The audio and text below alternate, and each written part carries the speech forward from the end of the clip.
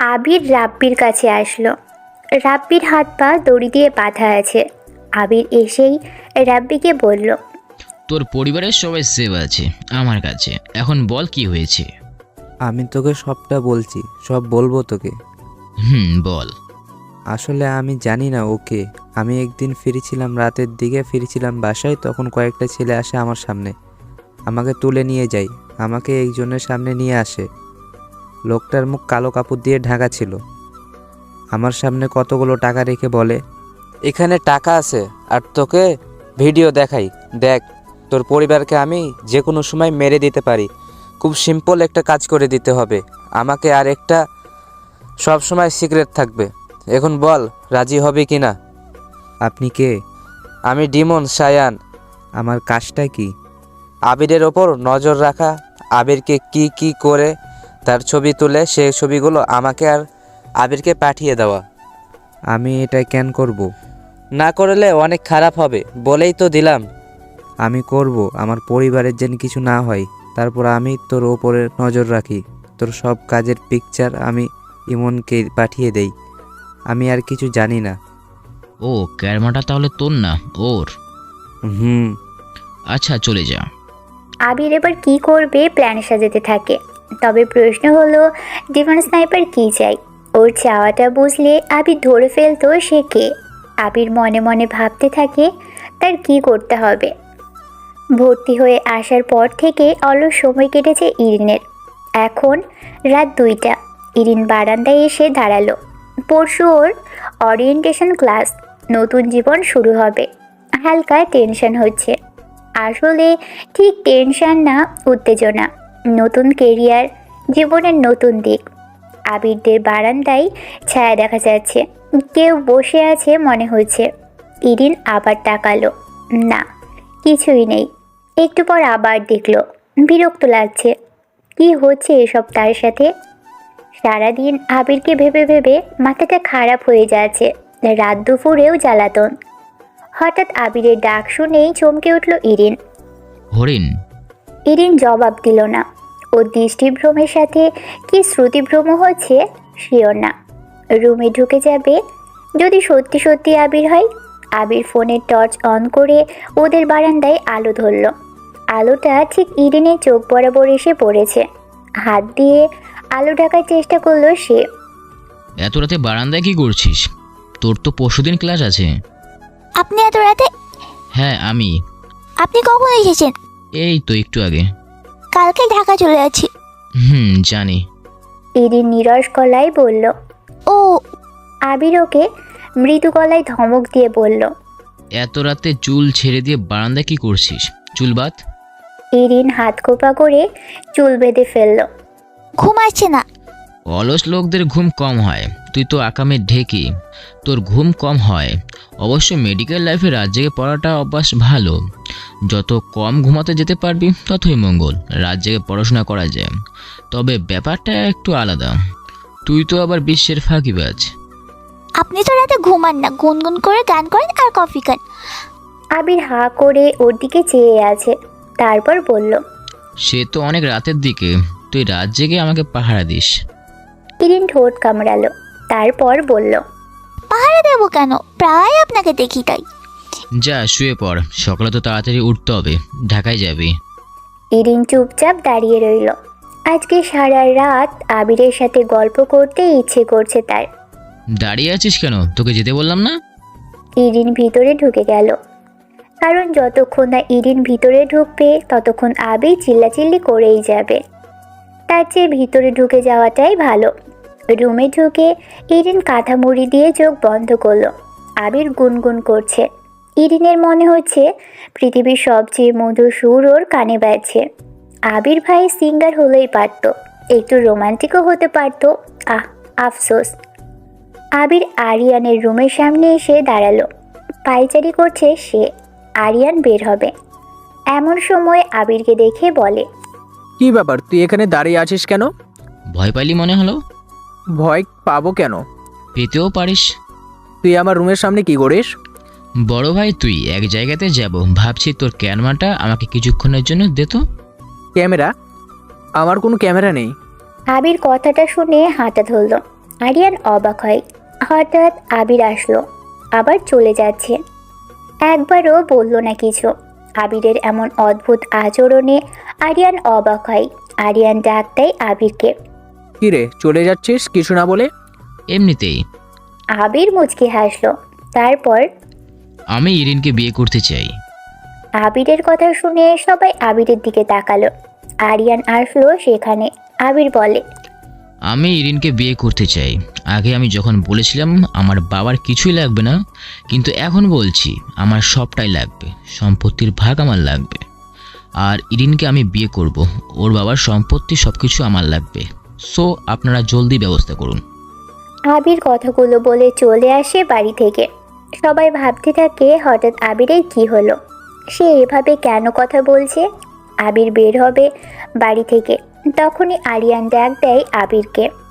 আবির, হুম, তুই এসব কি শুরু করেছিস? ভাবছি বিয়ে করব, সব সম্পত্তি আমার হবে। অনেক খুশি আমি। আমার প্ল্যান হলো আজকে ইরিনকে ঢাকাতে নিয়ে যাব। রাস্তায় যেতে আমি ইরিনকে নিয়ে সোজা কাজী অফিসে যাব, তারপর বিয়ে করব। পুরো সেটেল। খুব খুশি তাই না? আয় ভাই, তোকে একটু খুশিতে জড়িয়ে ধরি। আবির আরিয়ানকে জড়িয়ে ধরে। আরিয়ান দ্রুত ছাড়িয়ে নেয় নিজেকে।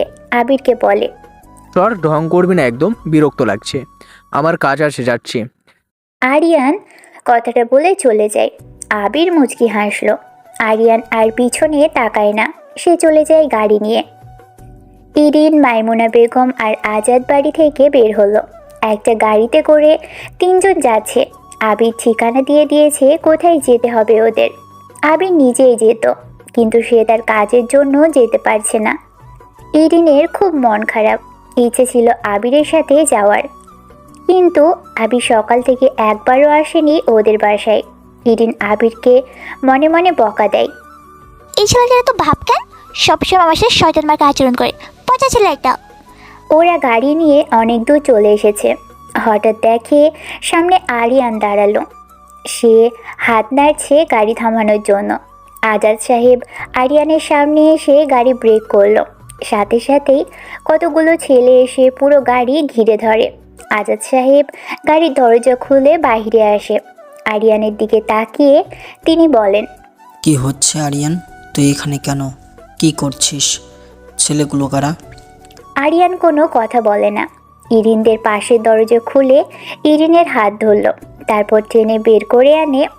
আরিয়ান ভাই, আমার হাত ধরেছেন কেন? এমন আচরণ করছেন কেন? ছাড়ুন। ইরিনের হাত ছাড় বলছি। আঙ্কেল, আমি ইরিনকে তুলে নিয়ে যাচ্ছি। আমি ওকে বিয়ে করব, যা খুশি করব, বাট ইরিনকে আমি নিয়ে যাচ্ছি। আরিয়ান, ইরিনের হাত ছাড়ো। আমাকে কোথায় নিয়ে যাচ্ছেন? ছাড়েন আমাকে। এই দুইটারে পিটা। আরিয়ানের কথা মতো ছেলেগুলো আজাদ আর মাইমুনাকে পেটায়। দুজনকে ভালো মতো পিটিয়ে চলে যায়। আরিয়ান ইরিনকে গাড়িতে তোলে। ইরিন চিৎকার করতে থাকে। এই জন্য ইরিনকে ইনজেকশন পুশ করে ইরিনের হাতে। ইরিনের শরীরে প্রথমবার ড্রাগ প্রবেশের ফলে ওর শরীর কয়েক মিনিটের মধ্যেই নিস্তেজ হয়ে যায়। আজাদ আর মাইমুনা বেগম রাস্তায় পড়ে থেকে আরিয়ানের গাড়ি চলে যাওয়ার দিকে তাকিয়ে থাকে। তাছাড়া তাদের কিছুই করার নেই। কিছু সময় পর ওরা কোনো রকমে বাড়িতে ফিরে আসে। তখন দুপুর হয়ে গেছে। আবির সোফাতে বসেই আছে। আজাদের গাড়িটা খুব দ্রুত বাড়িতে প্রবেশ করে। রক্তাক্ত অবস্থায় বের হয় আজাদ সাহেব। দ্রুত আবিরদের বাড়িতে প্রবেশ করে। আজাদকে এভাবে দেখে সৈকত সাহেব দ্রুত এগিয়ে আসেন। আজাদ, কি হয়েছে তোর? এভাবে কেন আসছিস? রক্ত গায়ে কেন? ও আমার মেয়েকে আবির কোথায়? ইরিনের কি হয়েছে? ইরিন কোথায়? আরিয়ান ইরিনকে তুলে নিয়ে গেছে। আবির কোথায়? গাড়িতে মাইমুনা বসে আছে। আমি ভাবির কাছে যাচ্ছি। আবির আছে এখানেই। ইরিনকে আরিয়ান।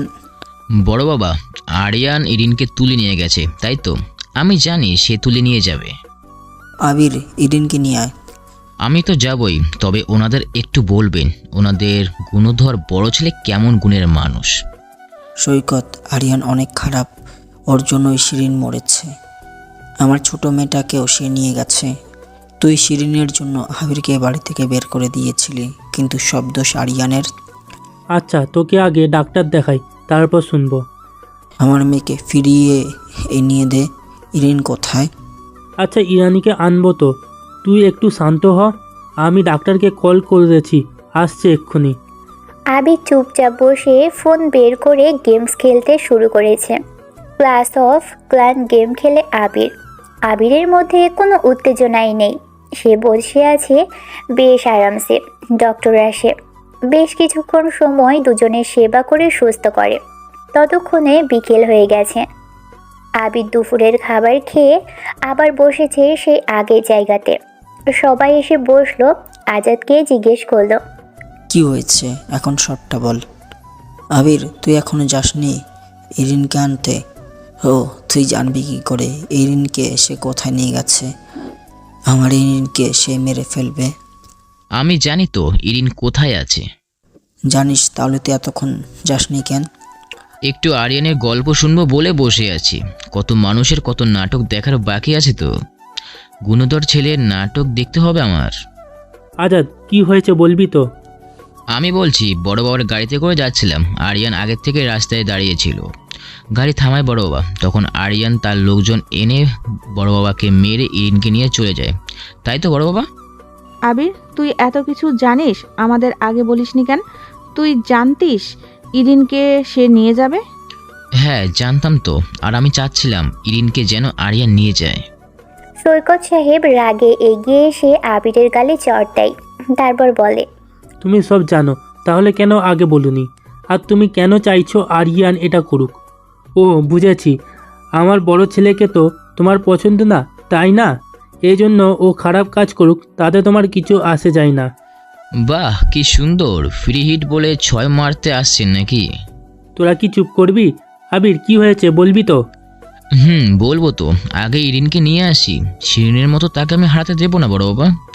হয়তো ইরিন মরলে তোমার বন্ধু মানে ওই শয়তান বাবা বলে আমার জন্য ইরিনকে মেরেছে, যা উনি 10 বছর আগে বলেছিলেন। মানে কি বলছিস তুই? আবির কিছু বলল না, ফোন চাপছে।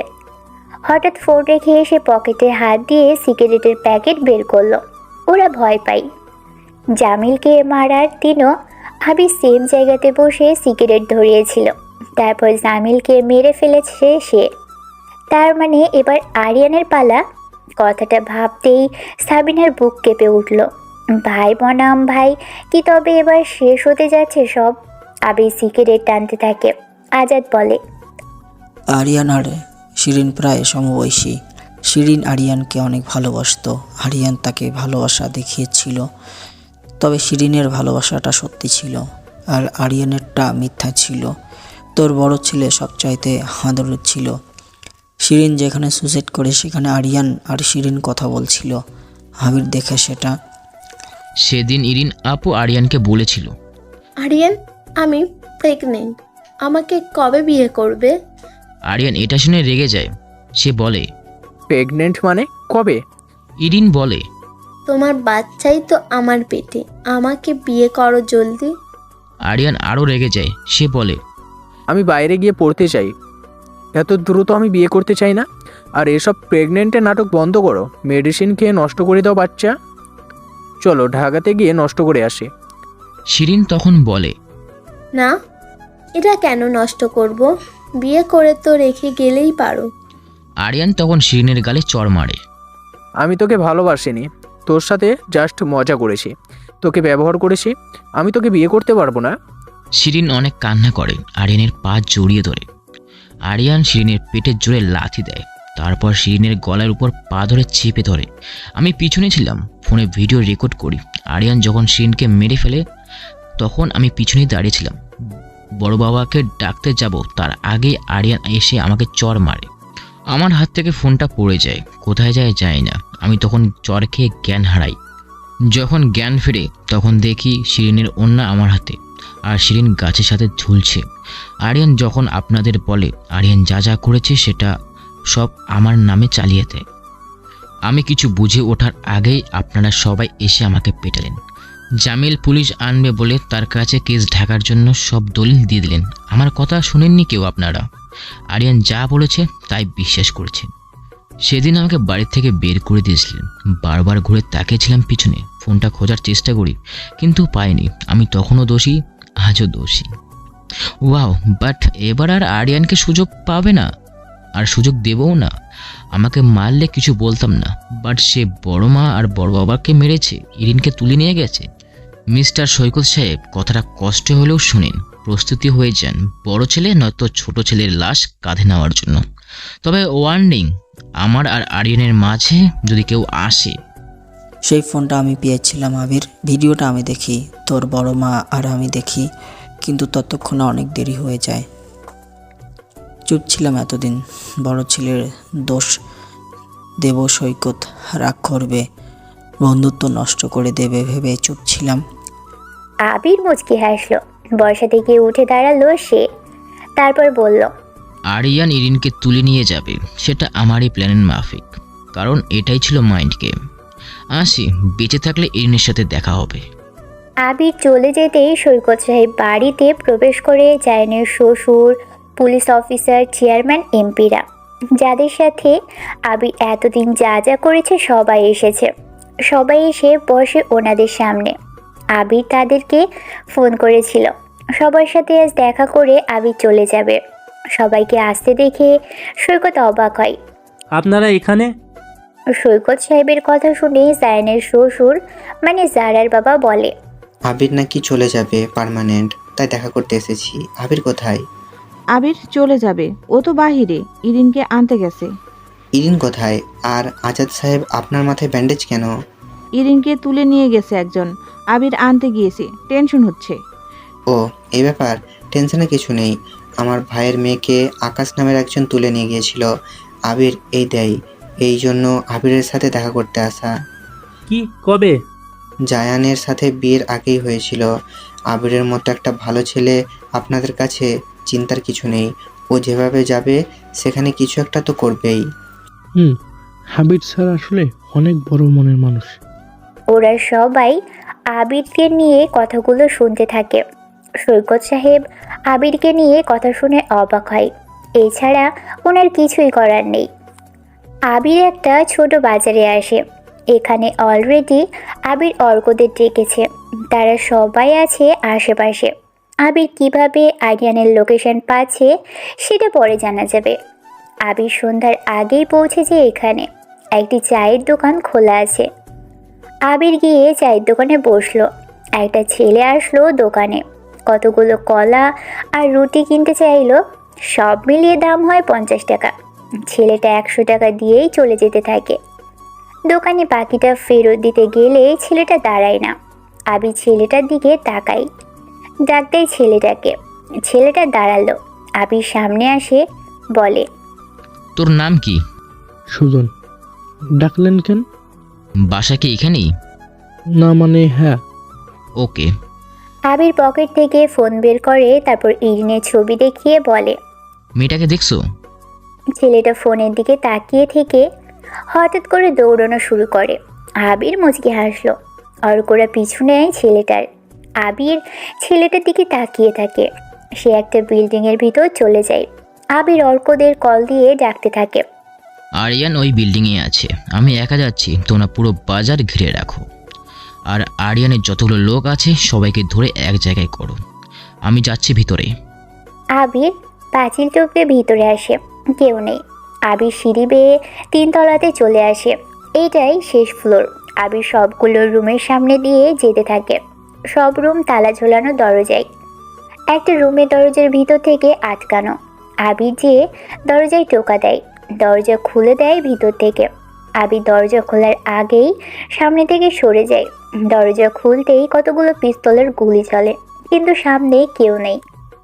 আবির পিস্তলের রিলোড আসা অবধি অপেক্ষা করে দরজার পাশে দাঁড়িয়ে। যখনই রিলোড আসলো, আবির দরজার সামনে এসে দাঁড়ায়। তারপর বলে, হ্যালো বাচ্চারা, এত তাড়াতাড়ি ইমো শেষ? একটু ভিতরে আসি, দেখি অবস্থাটা। আবিরকে ওরা আবার গুলি চালাতে যাবে তার আগেই সাইলেন্সার লাগানো স্নাইপারের গুলি এসে 3টা ছেলের কপালে লাগে। আবির হাসতে হাসতে বলে, হেডশট। আবির রুমের ভিতরে আসলো। ফ্লোরে পড়ে আছে ইরিন। একটু একটু করে চোখ মেলে তাকাচ্ছে। মুখ দিয়ে ফেনা বের হচ্ছে ইরিনের। রুমের একপাশে চেয়ারে বসে আছে আরিয়ান। আবিরের দিকে একটা চেয়ার এগিয়ে দিয়ে বসতে বলে আবির বসলো। হ্যালো ব্রো, ছেলেপুলে কম রাখছিলাম, ভাবছিলাম তুই আমার লোকেশন খুঁজে পাবি না, কিন্তু এভাবে পেয়েছিস। হাসিস না। মনে আছে সকালে তোকে হাক করেছিলাম? হাক করার সময় তোর বুক পকেটে একটা লোকেশন চিপস রাখি, কারণ আমি জানি ক্যামেরাটা তোর ছিল আর জানি তুই ইরিনকে তুলে নিয়ে যাবি। কিন্তু কেন, এটা জানতে চাই শুধু। দেখ ভাই, ছোট থেকে তোরে আমার ভালো লাগতো না। জানি। আরিয়ান সিগারেট জ্বালায়। আবিরের দিকে তাকিয়ে বলে, যখন তুই হয়েছিলি তখন মা আমাকে ইগনোর করতো অনেক, তোকে নিয়ে পড়ে থাকতো সবসময়। ক্লাস 4 অবধি মা তোকে আগলে রাখতো। আমার জেলাস লাগতো খুব। জানি না এই জেলাসের কেন এত বিশাল ধারণ করেছে, তবে তোর প্রতি রাগ খুব বেড়ে যায়। সেই রাগের থেকে তোকে সহ্য করতে পারতাম না। তারপর তো তোর সাথে কি হয়েছে জানিস? ইরিনকে তুই পছন্দ করতে জানি, প্রপোজ করেছিলি বৃষ্টিতে জানি, এজন্য ইরিনকে টার্গেট করে তোর সব ভালো আমার হোক, এই জন্য ইরিনকে কিডন্যাপ করে। আবির ইরিনের দিকে তাকালো। আলি পিটপিট করে চোখ মেলে তাকাচ্ছে সে। আবির বলে, তাহলে ইরিনকে যেতে দে, ওকে নিয়ে যাই, তারপর তোর সাথে দেখা করব। এটা তো হবে না ব্রো। আমার এখন ইরিন, সম্পত্তি, টাকা সব লাগবে। ইরিনকে এই অবস্থায় অন্য কেউ বিয়ে করবে না। ভাই আমি তো বেঁচে আছি এখনো। হা হা হা হা, কিন্তু সেটা সম্ভব না। কথাটা বলেই আরিয়ান গুলি করে আবিরের দিকে। আরিয়ানের এমন তাৎক্ষণিক গুলি করার কারণে আবিরের কিছুটা সরে যায়। গুলিটা হাতে এসে লাগে। আবির ছিটকে পড়ে যায়। আবিরের কাছে এসে দাঁড়ায় আরিয়ান। আরিয়ানের চুলে হাত বুলিয়ে বলে, বাচ্চাটা আর বড় হলি না রে, এখনো এই লাইনে তুই একদমই কাঁচা। কথাটা বলে আরিয়ান আবিরের কপালে পিস্তল ঠেকায়। গুলি করতে যাবে তার আগেই আবির আরিয়ানের চোখের ভিতরে কাঁটা তার ঢুকিয়ে দেয়। আবিরের পকেটে ছিল এসব। আবির সরে যেয়ে বলে, আরিয়ান, তোর খুনের দায় আজ 10 বছর ধরে নিয়ে বেড়াচ্ছি আমি। তোকে বাবা ভালোবাসতো বলে এতদিন কিছুই বলিনি, সব ভুলের খাতা জমা করে রেখেছিলাম, কিন্তু তোর এই স্বভাবের জন্য আজও খারাপই রয়ে গেলি। চল খেলাটা এখনই শেষ করি।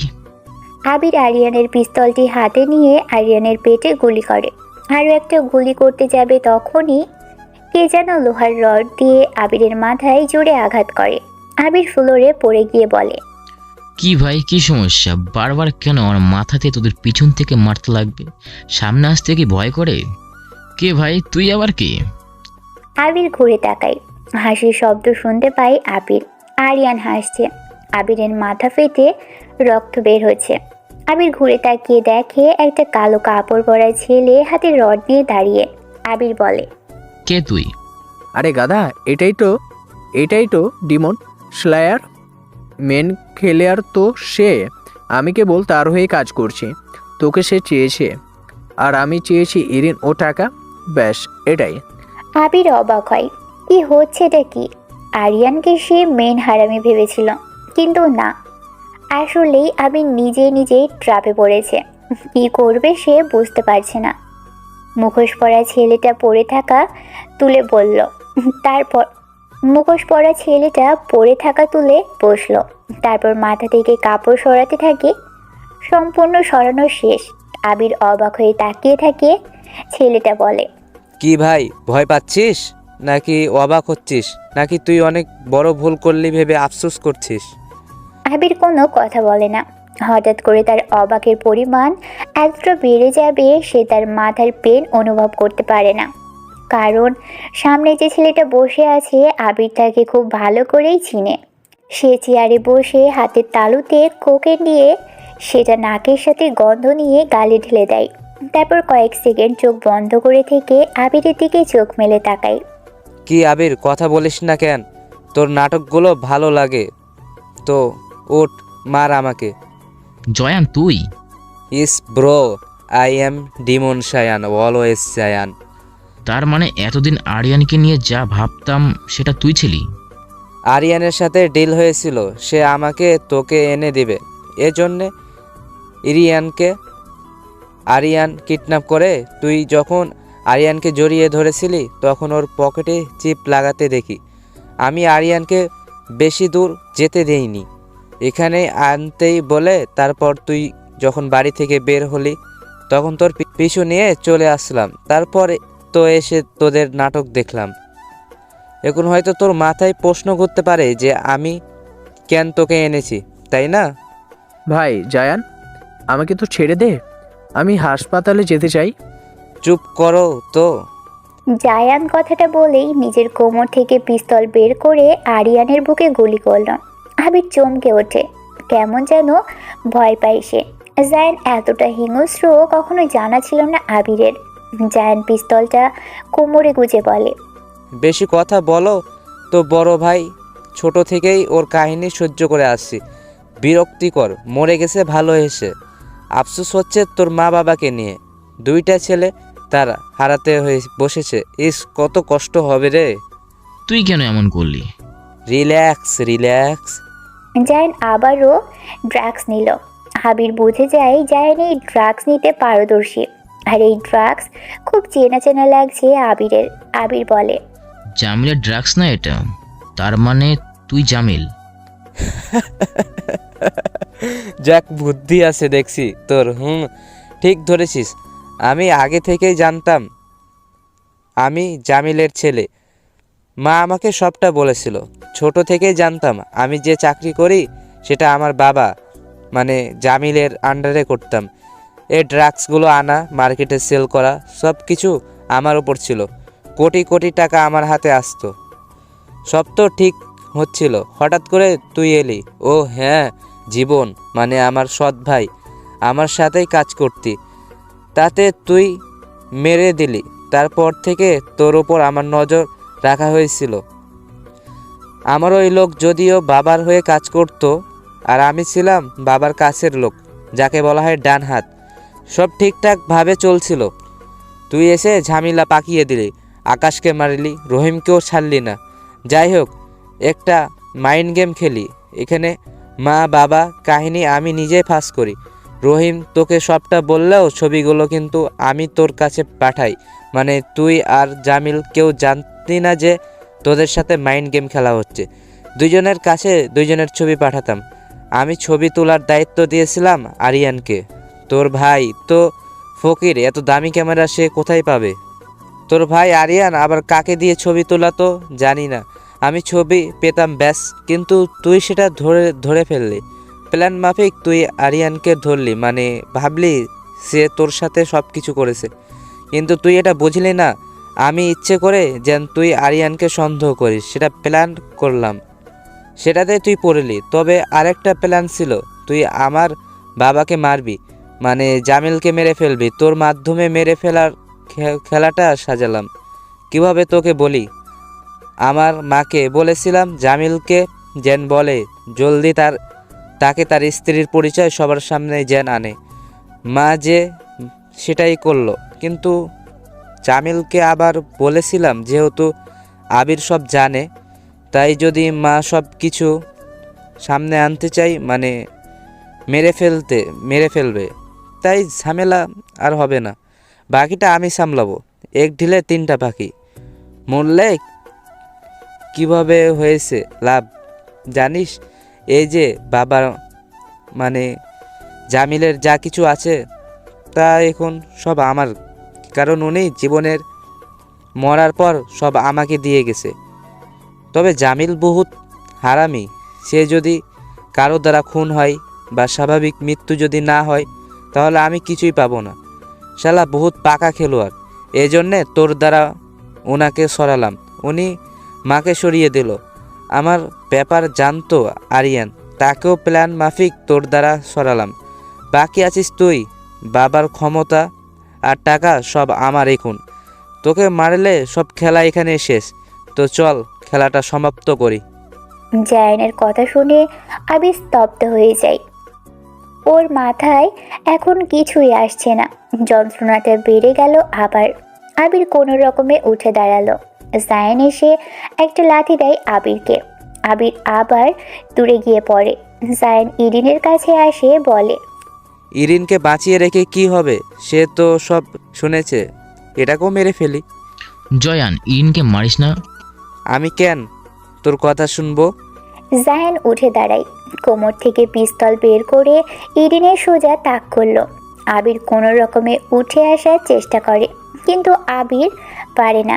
জায়ান ইরিনের মাথা সোজা পিস্তল রাখলো। তারপর গুলি চলার শব্দ হয়। আবির চিৎকার করে ওঠে। তারপর জায়ান ইরিনের দিকে গুলি করার জন্য ট্রিগারে চাপ দিবে, এমন সময় আরও একটা গুলি চলে। গুলিটা জায়ানের পায়ে এসে লাগে। আবির দরজার দিকে তাকায়। মেহরাব সাহেব এসেছেন। মেহরাব সাহেবকে দেখে আবির খুশির হাসি হাসল। মেহরাব সাহেব বলে, আমার ছেলে বিপদে, আমি কি আসবো না? তো যা, এবার শুরু কর। আবির উঠে দাঁড়ায়, জায়ানের কাছে আসে। জায়ান বলে, রাষ্ট্রপতি তোর বাবা হয় কিভাবে? সেটা তোর জানতে হবে না, আপাতত তুই তোর বাবার কাছেই যা। আবির জায়ানের পিস্তল দিয়ে জায়ানের কপালে গুলি করে। তারপর আবির পড়ে যায় ফ্লোরে। মেহরাব সাহেব আবিরকে নিয়ে সোজা হাসপাতালে নিয়ে যায়। আবিরের ফোন বন্ধ। বাসা থেকে আবিরকে অনেকবার কল করা হয়েছে, কিন্তু আবির ফোন অন করেনি। আবিরের জ্ঞান ফিরেছে ভোরের দিকে। জ্ঞান ফিরে ইরিনকে খোঁজে আবির। অর্ক দাঁড়িয়ে আছে আবিরের বেডের পাশে। ইরিন কোথায়?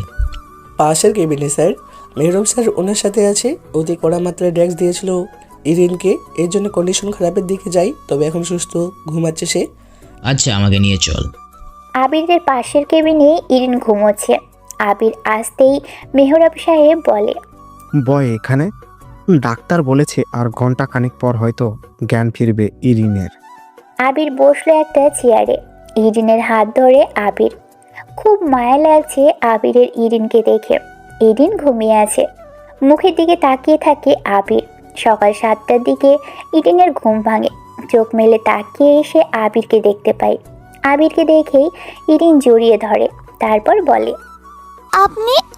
আয়ান আমাকে নিয়ে যাবে, অনেক খারাপ। ইরিন, তুই ঠিক আছিস তো? আর ভয় নেই, আরিয়ান তোকে নিয়ে যেতে পারবে না, আমি আছি তো। হাসপাতাল থেকে ওরা বের হয়।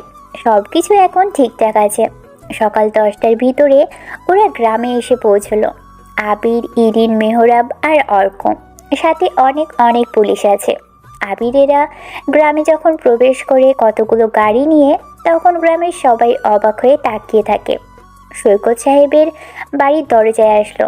গাড়ির হর্ন বাজাতেই দারোয়ান মেইন গেট খুলে দেয়। গাড়িসহ ওরা 4 জন প্রবেশ করে বাড়িতে। আবির ইরিনের হাত ধরে ভিতরে নিয়ে আসলো। দরজায় টোকা মারতেই আরিতা এসে দরজা খুলে দেয়। সবাই সোফাতে বসে আছে। আবিরকে দেখে মাইমুনা বেগম দৌড়ে আসে। ইরিন আবিরের পাশেই ছিল। মাইমুনা বেগম এসে ইরিনকে জড়িয়ে ধরে। আজাদ সাহেবও আসেন। ইরিনকে ভিতরে নিয়ে যায়। ইরিন সব কিছু খুলে বলে। মেহরাব সাহেবকে দেখে সবাই উঠে দাঁড়িয়েছে, কারণ ওনাকে কে না চিনে। ওনাকে দেখেই সবাই অবাক। তাড়াতাড়ি ওনাকে বসতে দেয়। আবির বসে না, সে সবার মাঝখানে এসে দাঁড়ায়। আবির বলে, হয়তো এতক্ষণে সবাই জেনে গিয়েছেন আরিয়ান আর নেই। তাকে আমি মারিনি, মেরেছে জয়ান। অবাক লাগলেও সত্যি যে জয়ান সত্যি আরিয়ানকে মেরেছে। সে যে জামিলের ছেলে, সে আগে থেকেই জানতো। সে জামিলের হয়ে কাজ করত। আমি আপনাদের চোখে অনেক খারাপ একটা ছেলে, কিন্তু যে আমাকে ভালোবাসে তার কাছে আমি কখনোই খারাপ নই।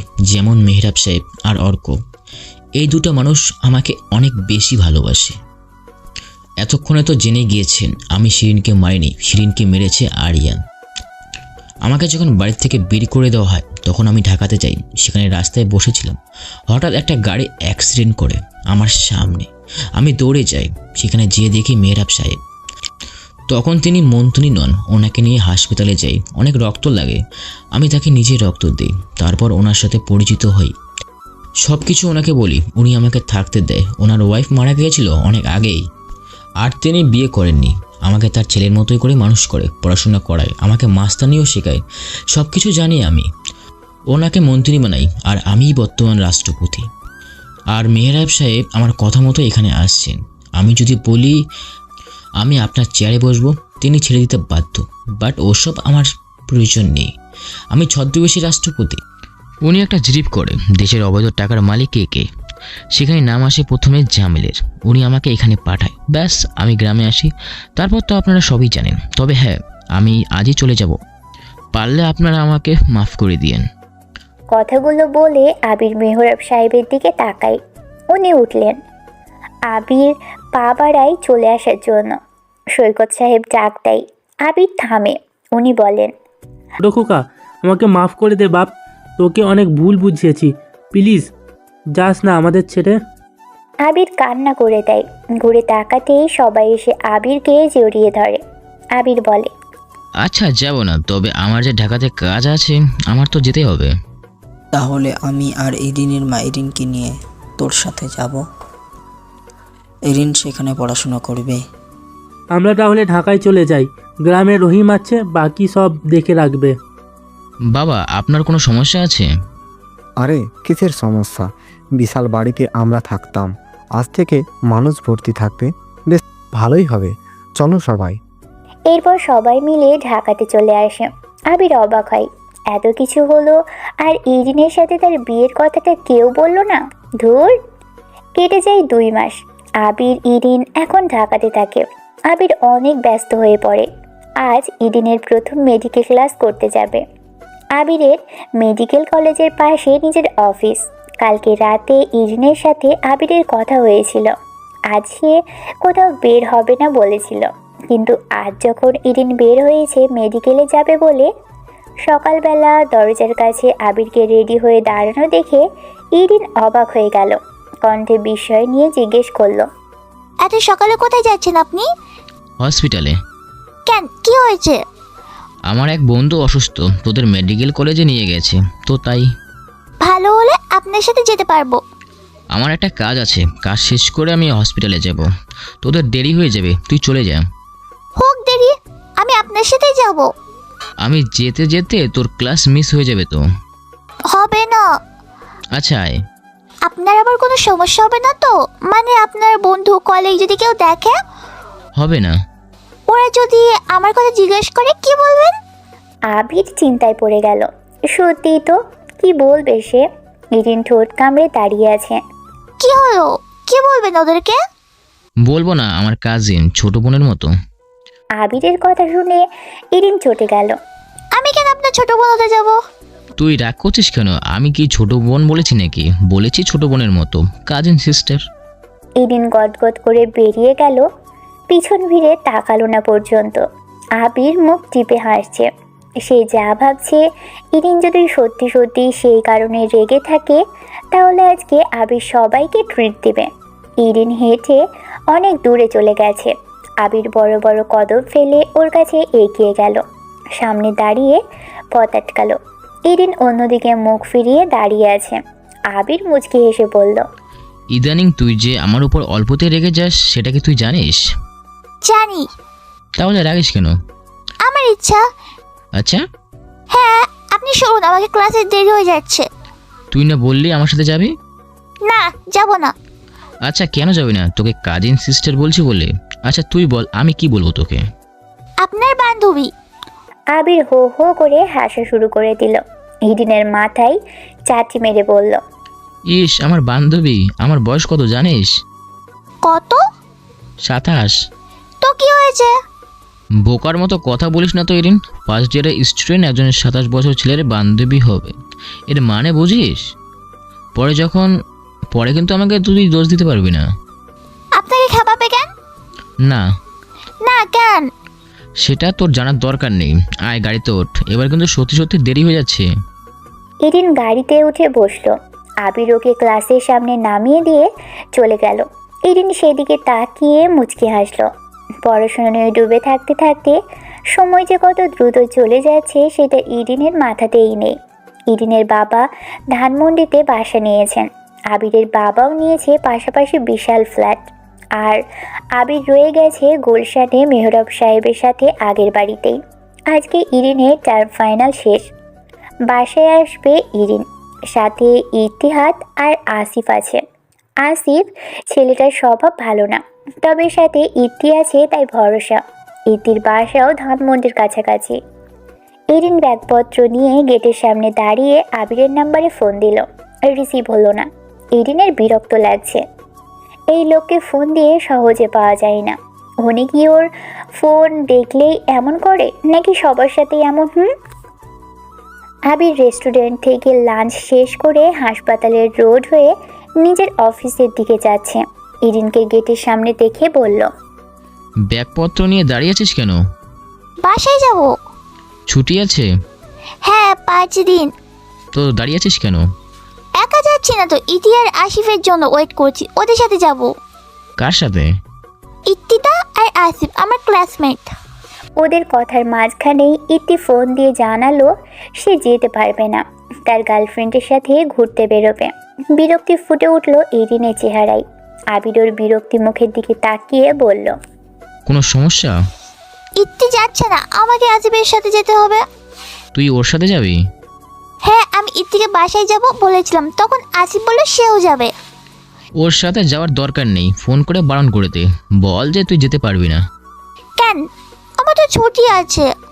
আমি বলছি তাই, আমি আম্মার সাথে দেখা করে চলে আসব, আমি নিয়ে আসবো তোকে। ইরিন চোখ বড় বড় করে চেয়ে আছে আবিরের দিকে। আবির কি ওকে সত্যি সত্যি নিয়ে যাবে? আপনি সত্যি যাবেন? আপনার অফিস আছে না? আপাতত বাবা মানে মেহরাব সাহেবের সহকারী হিসেবে আছি, আমার সমস্যা হবে না, তোকে যা করতে বলছি কর, এত কথা বলিস কেন? কিন্তু আপনার ছুটি। আবার কথা বলে? আমার ছুটি ম্যানেজ করে নেব না, তুই আগেও ওকে ফোন করে বল। ইরিন ফোন করে আসিফকে না করে দিল। আবির ওকে অবাক করে দিয়ে শান্ত কণ্ঠে বলল, যা এবার হোস্টেলে যা। কেন হোস্টেলে কেন যাব? আপনি বলেছেন আমাকে নিয়ে যাবেন। হ্যাঁ যাবো বলছি, এবারে পরের থেকে বন্ধ পেলে আমাকে আগের থেকে জানিয়ে রাখবি, আমি নিয়ে যাব, কিন্তু এবার যেতে পারবি না। এবার কি সমস্যা? আমি তো অনেক দিন আমার সাথে দেখা করি না, আপনার জন্যই বাবা আমাকে হোস্টেলে রাখে, ঠিক মতন বাসাতেও যেতে পারি না। শুক্রবার নিয়ে যাব, যা এখন হোস্টেলে যা, আমার কাজ আছে, দেরি হয়ে যাচ্ছে। আমি বাসায় যাব। তুই এত তেরামি করিস কেন? আমি যখন বারণ করেছি তখন তো নিশ্চয়ই কোনো কারণ আছে। কোনো কারণ নেই, আমি জানি আপনি ইচ্ছে করে আমাকে আসিফের সঙ্গে যেতে দিচ্ছেন না। বেশি জানিস তুই। সত্যি বলেছি না। আবির পকেট থেকে ফোন বের করে আসিফের নাম্বারে ডায়াল করলো। স্পিকার অন করে দিল ইরিন যাতে শুনতে পাই। হ্যাঁ ওয়ালাইকুম আসসালাম, আসিফ কি অবস্থা তোমার? আলহামদুলিল্লাহ ভাই, ভালো আছেন? আছি আলহামদুলিল্লাহ, তুই কি বাড়ি যাচ্ছিস নাকি? জি ভাই, 5 দিন বন্ধ আছে। ও বেরিয়ে গেছিস? না ভাই, এখনো বেরোয়নি। কেন, আপনি যাবেন? আরে না, আমার কাজ আছে না, তোর কাছে একজনকে পাঠাবো, তুই কষ্ট করে একটু গেটের কাছে আয় তো। আবির ফোন কেটে দিয়ে কঠিন গলায় বলল, যা, আমি ওকে আসতে বলে দিয়েছি। ইরিন রাগে গজ গজ করতে করতে ব্যাগ নিয়ে হোস্টেলের দিকে হাঁটা ধরল। আবির পিছনে থেকে ডাক দিয়ে বলল, কিরে যাবি না? এতক্ষণ লাফালি কেন তাহলে বেয়াদব? ইরিন জবাব দিল না। রাগ লাগছে তার, প্রচুর রাগ। রাগে আবিরের মাথাটা ফাটিয়ে দিতে ইচ্ছে করছে। ওকে জব্দ করে কি আনন্দ পায় আবির। মনে মনে মাইমুনা বেগমকে দোষারোপ করলো সে। এখানে আসার আগে মাইমুনা বেগম ইরিনকে বলেছিল, সাবধানে থাকবি, আর কোনো সমস্যা হলে আবিরকে জানাবি। আবির তখন সামনেই ছিল, গলায় মধু ঢেলে বলেছিল, আপনি ওকে নিয়ে যান, কোনো চিন্তা করবেন না আন্টি, কোনো সমস্যা হলে তো আমি আছি। এরপর মাইমুনা বেগম বাংলা সিনেমার অসহায় মায়েদের মতো আবিরের হাত ধরে কেঁদে ফেলে বললেন, তুমি একটু খেয়াল রেখো বাবা, ওর তো হুঁশ জ্ঞান কম, তুমি আসো বলেই ভরসা পাচ্ছি, কোনো বিপদ আপদ হলে তোমাকে জানাতে পারবে। সেই থেকে ইরিনের জীবন তামা তামা। কোথাও যেতে হলে আবিরকে জানিয়ে যেতে হবে। আবির ভেটো দিলে যাওয়া নিষেধ। ইরিন 2-4 বার গো ধরেছিল, তাতে কোনো লাভ হয়নি। মাইমুনা বেগম তার থেকে বেশি আবিরকে বিশ্বাস করেন। আবির অবশ্য তার কথার মান রেখেছে। খুব বেশি সমস্যা না হলে ইরিনের ব্যক্তি স্বাধীনতায় হস্তক্ষেপ করেনি সে। কিন্তু ইরিন যতবার তার নিষেধ অমান্য করে কাজ করতে গিয়েছে, একটা না একটা গণ্ডগোল পাকিয়েছে। দীর্ঘশ্বাস ফেলে নিজেকে শান্ত করলো সে। ভালো হয়েছে আসিফের সাথে যায়নি। ব্যাচের মেয়েরা আসিফের সম্পর্কে নানা রকম আজে বাজে কথা বলে। ইরিনের সাথে তার তেমন কথাবার্তা হয়নি। ছেলেটা সত্যি সত্যি খারাপ কি না কে জানে, তবে আবিরের উপর রাগ কমল না। আবির নিজেই ইরিনকে নিয়ে যাবে বলে বোকা বানিয়েছে, তার সাথে কোনো কথাই বলবে না ইরিন। সন্ধ্যার দিকে বেলকনিতে হাঁটাহাঁটি করছিল ইরিন। হালকা বাতাসে শীত লাগছে ওর, শীতের শুরু সবে, তাই ঠান্ডা ভাব আছে। পুরো পুরো ফ্লোর ফাঁকা, ম্যাক্সিমামই বাড়িতে চলে গেছে। ফোনে ভাইব্রেশন হতে স্ক্রিনের দিকে তাকালো। আবির কল করেছে, রিসিভ করলো না ইরিন। আবারও রিং হলো, এবারও কেটে গেল। তৃতীয়বার রিসিভ করলো ইরিন। হ্যালো। 10 মিনিট সময় দিলাম তোকে, রেডি হয়ে নিচে আয়। 1 মিনিট দেরি হলে বাসা যাওয়া ক্যান্সেল। ফোন কেটে গেল। তড়িৎ গতিতে রুমে ঢুকলো ইরিন। চিন্তা ভাবনার কোনো সময় পেল না। ব্যাগে জামা কাপড় ঢুকিয়ে গায়ে জামাটা গায়ে দিয়ে নিচে নামলো। আবির ওকে দেখে মুচকি হেসে বলল, এসে গেছিস, ভেরি গুড। আপনি একটা হনুমান, আমাকে এভাবে দৌড় করালেন কেন? আবির হাসি মুখে ওকে নিয়ে সামনে এগোলো। আধা ঘন্টা ধরে ইরিন পার্টি অফিসের সামনে বসে আছে। আবির ওকে বসিয়ে রেখে ভিতরে ঢুকেছে, তারপর আর কোনো খবর নেই। আরও 15 মিনিট বাদে বিশ্বজয়ের হাসি নিয়ে বেরিয়ে এলো সে। যদিও হাসিটা দেখে ইরিনের রাগ পড়ে গেছে, তবু ওকে এতক্ষণ বসিয়ে রাখার জন্য এমনি এমনি ছেড়ে দেবে না সে। আবির হাসি হাসি মুখে বলল, চল, বাবার থেকে ছুটি পেয়েছি। আপনি আমাকে 8 ঘন্টা দাঁড় করে রেখে ছুটি নিতে গেছিলেন। আরে না, ভাবছিলাম তোকে দিয়ে আবার চলে আসবো। পরে ভাবলাম যাচ্ছি যখন 2 দিন থেকেই আসি, তাই অর্ককে কাজ বুঝিয়ে দিয়ে আসলাম। বজ্জারটা সারাদিন ফোনে চ্যাটিং করে। আয় আয়, তাড়াতাড়ি আয়, সন্ধ্যা হয়ে যাচ্ছে। সেটা আমাকে হোস্টেল থেকে বের করে নিয়ে আসার পর আপনার মনে পড়লো আমাকে 10 মিনিট আলটিমেটাম দিয়ে আপনি 8 ঘন্টা বসিয়ে রেখেছেন কেন? আর অর্ক চ্যাট করে অর্কের সাথে নিজেদের লোক। চুপ থাক, তুই ইদানিং বেশ বেড়ে যাচ্ছিস, আর ফোন করলে ফোন দেরি রিসিভ করছিস, তাই তোকে একটু শিক্ষা দিলাম। এবার চল, রিস্কায় যাব। আবির ওর হাত ধরে গেট থেকে বের হতে নিলেই ধমকে উঠল ইরিন, খবরদার আমাকে ধরবেন না, আমি আপনার সাথে কথা বলবো না। আবির একবার হাসলো, মাথা নাড়িয়ে বলল, ঠিক আছে, মনে থাকে যেন। ইরিনের রাগে গা জ্বলে যাচ্ছে। আবিরের ভিলেন টাইপ হাসি দেখে গেট থেকে বেরিয়ে রিকশায় উঠল দুজনে। রিকশায় বসে ইরিন আবিরের ডান হাতটা চেপে ধরতেই আবির বলল, এখন তুই আমাকে ধরছিস কেন? ছাড় আমার হাত। ইরিনের মনে হচ্ছে আবির যেন আগে থেকেই জানতো রিকশায় ঝাঁকুনি হবে, তাই ইচ্ছে করেই ইরিনের কথার কোনো প্রতিবাদ করেনি। রিকশাও নিয়েছে গাড়ি ছেড়ে, কিন্তু এখন ইরিন না ধরে বসলে সে বিপদ, সে পড়ে যাবে। রিকশা যে পরিমাণ ঝাঁকাচ্ছে তাতে যে কোনো মুহূর্তেই দুম করে নিচে পড়ে যাবে ইরিন। মিনমিন করে বলল, রিকশা ঝাঁকাচ্ছেন কেন? আমি পড়ে যাব। আবির হাসলো, ইরিনের হাতটা সরালো না, বলল, পারবি না? শক্ত করে বসে থাক, পা দিয়ে সামনে ঠেসে দাঁড়, আমাকে ছাড়। ইরিন দাঁত বাঁকিয়ে কিটমির করে বলল, কেন, আমার হাতে ছোঁয়া লাগলে কি আপনার গা পচে যাবে নাকি? চর্মরোগ রোগ হবে? আবারও তীব্র ঝাঁকুনি শুরু হলো। অল্পের জন্য রিকশা থেকে পড়ে যেত ইরিন। আবার ওর হাত চেপে ধরে কোনো মতে সামলাই। আবির হাসাহাসি গলায় রিকশাওয়ালাকে বলল, মামা একটু আস্তে চলান না, বোঝেনি তো মহিলা মানুষ নিয়ে উঠেছি, পড়ে হাত পা ভেঙে গেলে তো সমস্যা। রিকশাওয়ালা পিছন ফিরে একবার তাকিয়ে বলল, এমনিতেই রিকশা ঝাঁকুনিতে ইরিনের নাজেহাল দশা, তার উপর আবিরের গা জ্বালানো কথাবার্তা। ওকে বলে কিনা মহিলা, ওকে কোন দিক দিয়ে মহিলা মনে হয়? তার কি বিয়ে হয়েছে নাকি ডজনখানেক বাচ্চা আছে? খবিস একটা। সোজা হয়ে রিকশার একপাশে চেপে বসতেই আবির ওর বাহু চেপে ধরল, ছাড়ল না। টেনে নিজের কাছে নিয়ে গেল ওকে। বিদ্যুৎ খেলে গেল ইরিনের শরীরে। আবির ওকে নিজের গায়ের সাথে লেপ্টে জড়িয়ে ধরেছে। আবিরের পারফিউম মেশানো ঘামে ভেজা শরীরের উন্মাদনা ওর হৃদয় ছড়িয়ে মস্তিষ্কে হানা দিচ্ছে। শুকটির মতো ফিগার বানিয়েছিস, বাতাসে উড়ে গেলে গড়াগড়ি খায়। আমি মোটেও শুটকি মতো না, রিকশায় বেশি ঝাঁকুনি হচ্ছে তাই। ঝাঁকুনি শুধু তো তোরই লাগে, কই আমি তো ঠিকঠাক মতোই বসে আছি। ইরিন ভোতা চোখে ওর দিকে তাকিয়ে রইল। সঙ্গে সঙ্গেই আবির রিকশাওয়ালাকে বলল, মামা সামনে একটু রাখবেন তো। আবির লাফ দিয়ে রিকশা থেকে নেমে গেল। সম্বিত ফিরে পেতেই ইরিন বলল, কোথায় যাবেন আপনি? তুই 5 মিনিট বস, আমি আসছি, যাবো আর আসবো। কি কিন্তু আপনি যাচ্ছেন কোথায়? বাসার জন্য কিছু নেব। আসার সময় আমার জন্য আইসক্রিম নিয়ে আসবেন। আবির ইরিনকে অনুকরণ করে বলল। আসার সময় আমার জন্য আইসক্রিম নিয়ে আসবো? শখ কত, আমার টাকা কি কং করে? তুই আমার এখন আগের টাকায় দিস নি, মেরে দিয়েছিস। এমন করেন কেন আবির ভাই? আবির আবারও মেয়েলি সুরে ভেঙালো। কারণ টাকাটা যে আমার হরিণাপুর।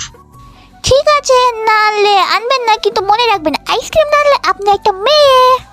কথাটা বলেই ফিক করে হেসে দিল ইরিন। আবির ধমকে উঠে বলল। কি বললি তুই? অসভ্য ফাজিল বেয়াদব, হোস্টেলে গিয়ে কি এসব শিখিস? ইরিন মুখে হাত দিয়ে হাসছে। আবির দাঁতে দাঁত চেপে বলল। বাসায় যাই, তারপর তোর হাসি আমি বের করবো, ফাজিলের ফাজিল। আবির রাগী চেহারা দেখে ইরিন হাসি থামানোর ভঙ্গি করে আবারও হেসে ফেলল। তারপর ছুটি কাটিয়ে হোস্টেলে ফিরে এলো দুজনে। আগের মতোই খোঁজাখুঁজি চলমান, কখনো সরাসরি কখনো ফোনে, বেশিরভাগ সময়ই ফোনে হয়, কারণ আবির ব্যস্ত থাকে। ওর দেখা খুবই কম পায় ইরিন। তবে আজকে ইরিনের মন ভালো, তার এক বান্ধবীর বিয়ে হয়ে যাচ্ছে। সবাইকে দাওয়াত করেছে। আবিরকে ফোন করে দেখা করার কথা জানালো। হাতে খানিকটা সময় থাকায় আবিরও রাজি হয়ে যায়। দুজনে মিলে একটা রেস্টুরেন্টে ঢুকেছে ওরা। আবির কফি খাচ্ছে, তার ফোন দেখছে। ইরিন হাতে তালু ঘষছে। অনেকক্ষণ যাবৎ চিন্তা ভাবনা করেও কোনো রকম আশার আলো খুঁজে পেল না সে। তবুও একবার বলে দেখবে যদি রাজি হয়। আবির ভাইয়া, ও আবির ভাইয়া। শুনছি, বল। এটা কথা আছে। শুনছি তো, বল না। আমার একটা ফ্রেন্ড আছে, ঋতু। আছে তো। ওর বিয়ে ঠিক হয়েছে, আগামীকাল গায়ে হলুদ। ইরিন ইতস্তত করছে। আবির ভ্রু কুঁচকে বলল। এখন কি তোর বিয়ে করে শখ জেগেছে? শখ জাগলে কোনো লাভ নেই। এই বিষয়ে আমি আন্টিকে কিছুই বলতে পারবো না। দেখা যাবে উনি কি ভাবছে আর কি ভেবে বসে আছে।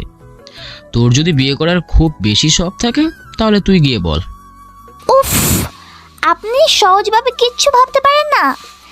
বিয়ের মতো জটিল একটা বিষয় সহজ করে ভাবতে যাবো কেন? ঠিক আছে ভাবুন, ভাবতে ভাবতে আপনি ভাবনাবিদ হয়ে যান, কিন্তু দয়া করে আমাকে পুরো কথাটা শেষ করতে দিন। ঠিক আছে বল, তবে তোর বিয়ে শাদী নিয়ে কিছু হলে কিন্তু আমি এর মধ্যে নেই। আবার? আচ্ছা বল বল।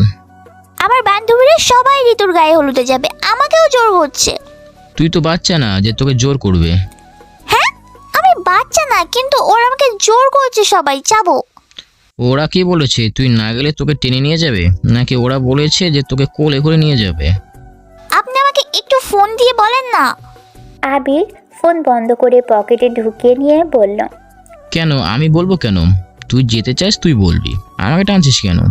তুই আবার আমাকে সাথে নিয়ে যাওয়ার প্ল্যান করছিস না তো? ইরিন মনে মনে ভেঙচি কাটল। হ্যাঁ, আপনাকে সাথে নিয়ে যাই, তারপর আপনি আমার আনন্দের 12টা বাজিয়ে দেন। জীবনেও না। আপনি যে বললো আমি আপনাকে নেব না। আরে না, আমি বলছি যদি আপনি বলেন তাহলে আম্মা রাজি হবে, তাই। তার মানে তুই আমাকে যেতে বারণ করছিস, তোর মতলবটা কি বলতো? আমি গেলে তোর সমস্যা কি হয়ে যাবে? হাকিং ফাকিং করতে পারবি না তাই তো? আশ্চর্য, আপনি আমাকে যেতে বলছি না, আবার বারণও করছি না। আমি শুধু বলছি আপনি আম্মাকে ফোন দিয়ে একটু বলে দিলেই হবে। বাসা কোথায় তোর বান্ধবীর? চিটাগাং। আবির চোখ উল্টে ফেলল, যেন ইরিন কোনো ভয়ানক কথা বলে ফেলেছে। বিস্মিত কণ্ঠে বলল। তুই ঢাকার বাইরে যাবি? এত বড় সাহস তোর! আবার আমাকে দিয়ে দালালি করতে এসেছিস? যা ভাগ এখান থেকে। প্লিজ আবির ভাইয়া। দেখ ইরিন, আমি এই ব্যাপারে নেই। তোর যদি যেতে খুব ইচ্ছে করে তুই বড় মাকে গিয়ে বল। আমি পারবো না, আমার পক্ষে তোকে এই ঢাকার বাইরে ছাড়া সম্ভব না। আর আন্টিকেও বলা আমার পক্ষে কিছুতেই সম্ভব না। আবির উঠে চলে গেল। ইরিন হতাশ হয়ে বড় একটা শ্বাস ফেলল। তার মানে ঋতুর বিয়েতেও যাওয়া হচ্ছে না। সবাই কত মজা করবে, আর সে হোস্টেলে বসে বসে আফসোস করবে। আহা আহা জীবন। বাস এসে গেছে। পুরো আপাদমস্তক বোরখা দিয়ে ঢাকা ইরিনের। হাত মোজা পা মোজা সব পড়েছে সে, কিন্তু বাসে উঠতেই বড়সড় ধাক্কা খেল। আবির বসে আছে। হায় আল্লাহ, উনি কি জেনে গেলেন যে ইরিন ঋতুর বিয়েতে যাচ্ছে? ইয়া আল্লাহ, রক্ষা করার মালিক তুমি। ইরিন নেমে যেতে নিল। আসিফ নামে ছেলেটা হঠাৎ ওর কোনোই চেপে ধরে বলল, কেউ আমাকে চিনবে না, নিশ্চিন্তে বসো। ইরিন চমকে গেল। আসিফ কি করে জানলো ইরিন ভয় পাচ্ছে? বোরখার ভিতর দিয়ে ইরিনকে চিনল কি করে সে? কৌতূহল দমন করে সিটের দিকে এগোলো। আবিরের পিছনের সিট ওর জন্য বরাদ্দ করা হয়েছে। আল্লাহ আল্লাহ করে আবিরের পাশ কাটিয়ে গেল, কিন্তু কোনো রিয়াকশন পেল না। আবির ফোন নিয়ে ব্যস্ত। স্বস্তির শ্বাস ফেললো ইরিন। যাক, আপাতত বাঁচে গেল। কিন্তু আবির বাসে কেন? সেও কি যাবে? কিন্তু কেন? যাত্রা শুরু হতেই পুরো বাস জুড়ে চিৎকার চেঁচামেচি শুরু হলো। সবাই হই হুল্লোড় করছে। আর ইরিন, সে চুপচাপ বসে আছে। কথা বললেই সর্বনাশ, গলা চিনে ফেলবে আবির। এই রিন, একটা গান ধর না। কথাটা বলেই জিভ কাটল ইতিহাদ। ইরিন দাঁত মুখ বিচ্ছিরিভাবে খিচে ফেলল। সাবধানে আবিরের দিকে তাকালো। না, আবির কানে হেডফোন লাগিয়ে বেঘরে ঘুমোচ্ছে। ইতিহাদ কাছে এসে ফিসফিসিয়ে বলল, সরি দোস্ত, মুখ ফসকে বেরিয়ে গেছে। উনি টের পেলে কি হবে জানিস? আমার ওপর আর চাপ নাজিল হবে। সরি, আর হবে না। ঋতুদের বাড়িতে পৌঁছানোর পর সবার শেষে বাস থেকে নামলো ইরিন। কোনোভাবেই আবিরকে ক্রস করতে চায় না সে। ধরা খেলে সর্বনাশ। ভিতরে আসার পর ঋতুর কাছ থেকে জানতে পারল ইরিন বরের বাবা মেহরাব সাহেবের অফিসের লোক। এই জন্য আবির এসেছে। ইরিনের ভয়ে গলা শুকিয়ে যাচ্ছে। ভীষণ বোকামি করে ফেলেছে এখানে এসে। পুরোপুরি ফেঁসে গেছে। একবার যদি আবির জানতে পারে সে এখানে এসেছে, তাহলে ওর হাড্ডি মাংস কুড়া হওয়া থেকে কেউ বাঁচাতে পারবে না। মাইমুনা বেগম ওকে মেরেই ফেলবেন। পরের দিন সকাল থেকেই হলুদের আয়োজন চলছে। ইরিন আসামির মতো লুকিয়ে বেড়াচ্ছে। সন্ধ্যের দিকে আবির সেজেগুজে হিরো হয়ে বেরিয়েছে।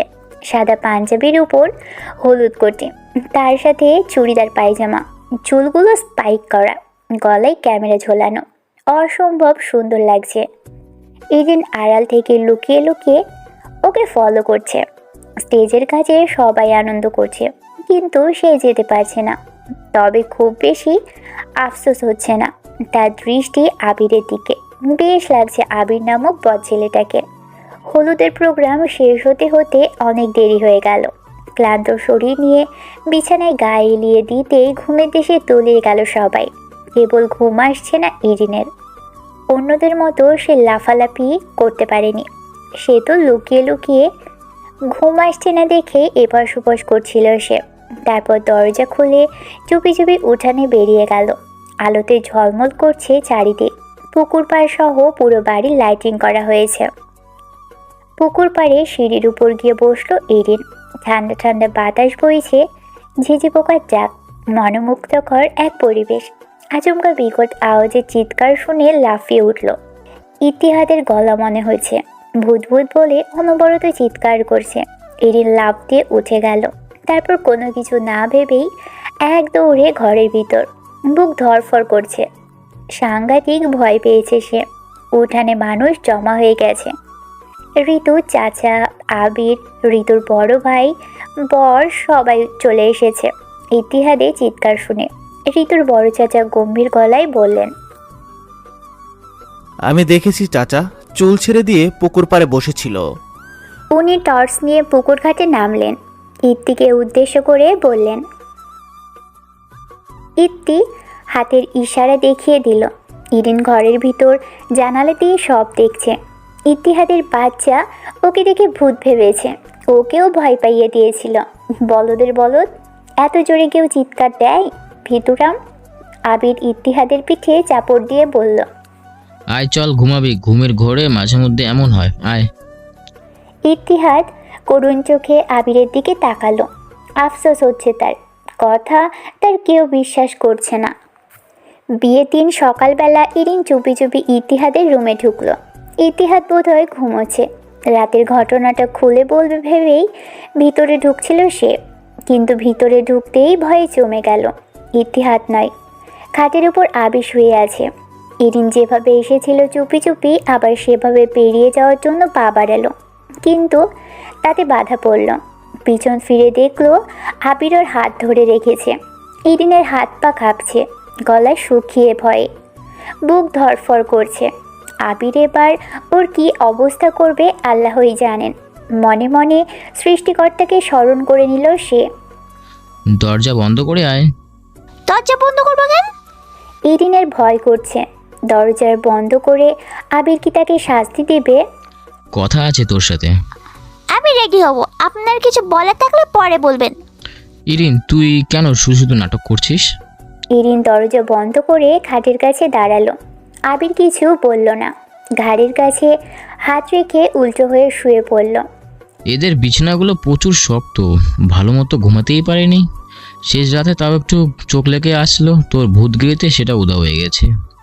চুল ছেড়ে দিয়ে পুকুর ঘাটে বসতে কে বলেছিল তোকে?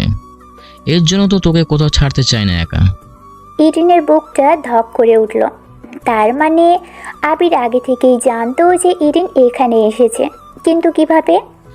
ঘাড় প্রচণ্ড ব্যথা করতেছে, আমার ব্যাগে লাল রঙের একটা মলম পাবি, পিন কিলার নিয়ে আয়। ইরিন ব্যাগ খুলে মলমটা পেল। আমি মালিশ করে দিই? আয়। ইরিন ঘাড়ে মালিশ করে দিচ্ছে। আবির আরামে চোখ বন্ধ করে আছে। আবির ভাইয়া, আমাকে কিছু বলবেন না প্লিজ। কোন ব্যাপারে? প্লিজ। আবির আরামে উ করে উঠল। সত্যি কিছু বলবেন না? আমি কখনো বলেছি কিছু বলবো না? তাহলে ইউ করে এলেন কেন? প্লিজ আবির ভাইয়া, প্লিজ আমাকে বলবেন না প্লিজ। কেন বলবো না?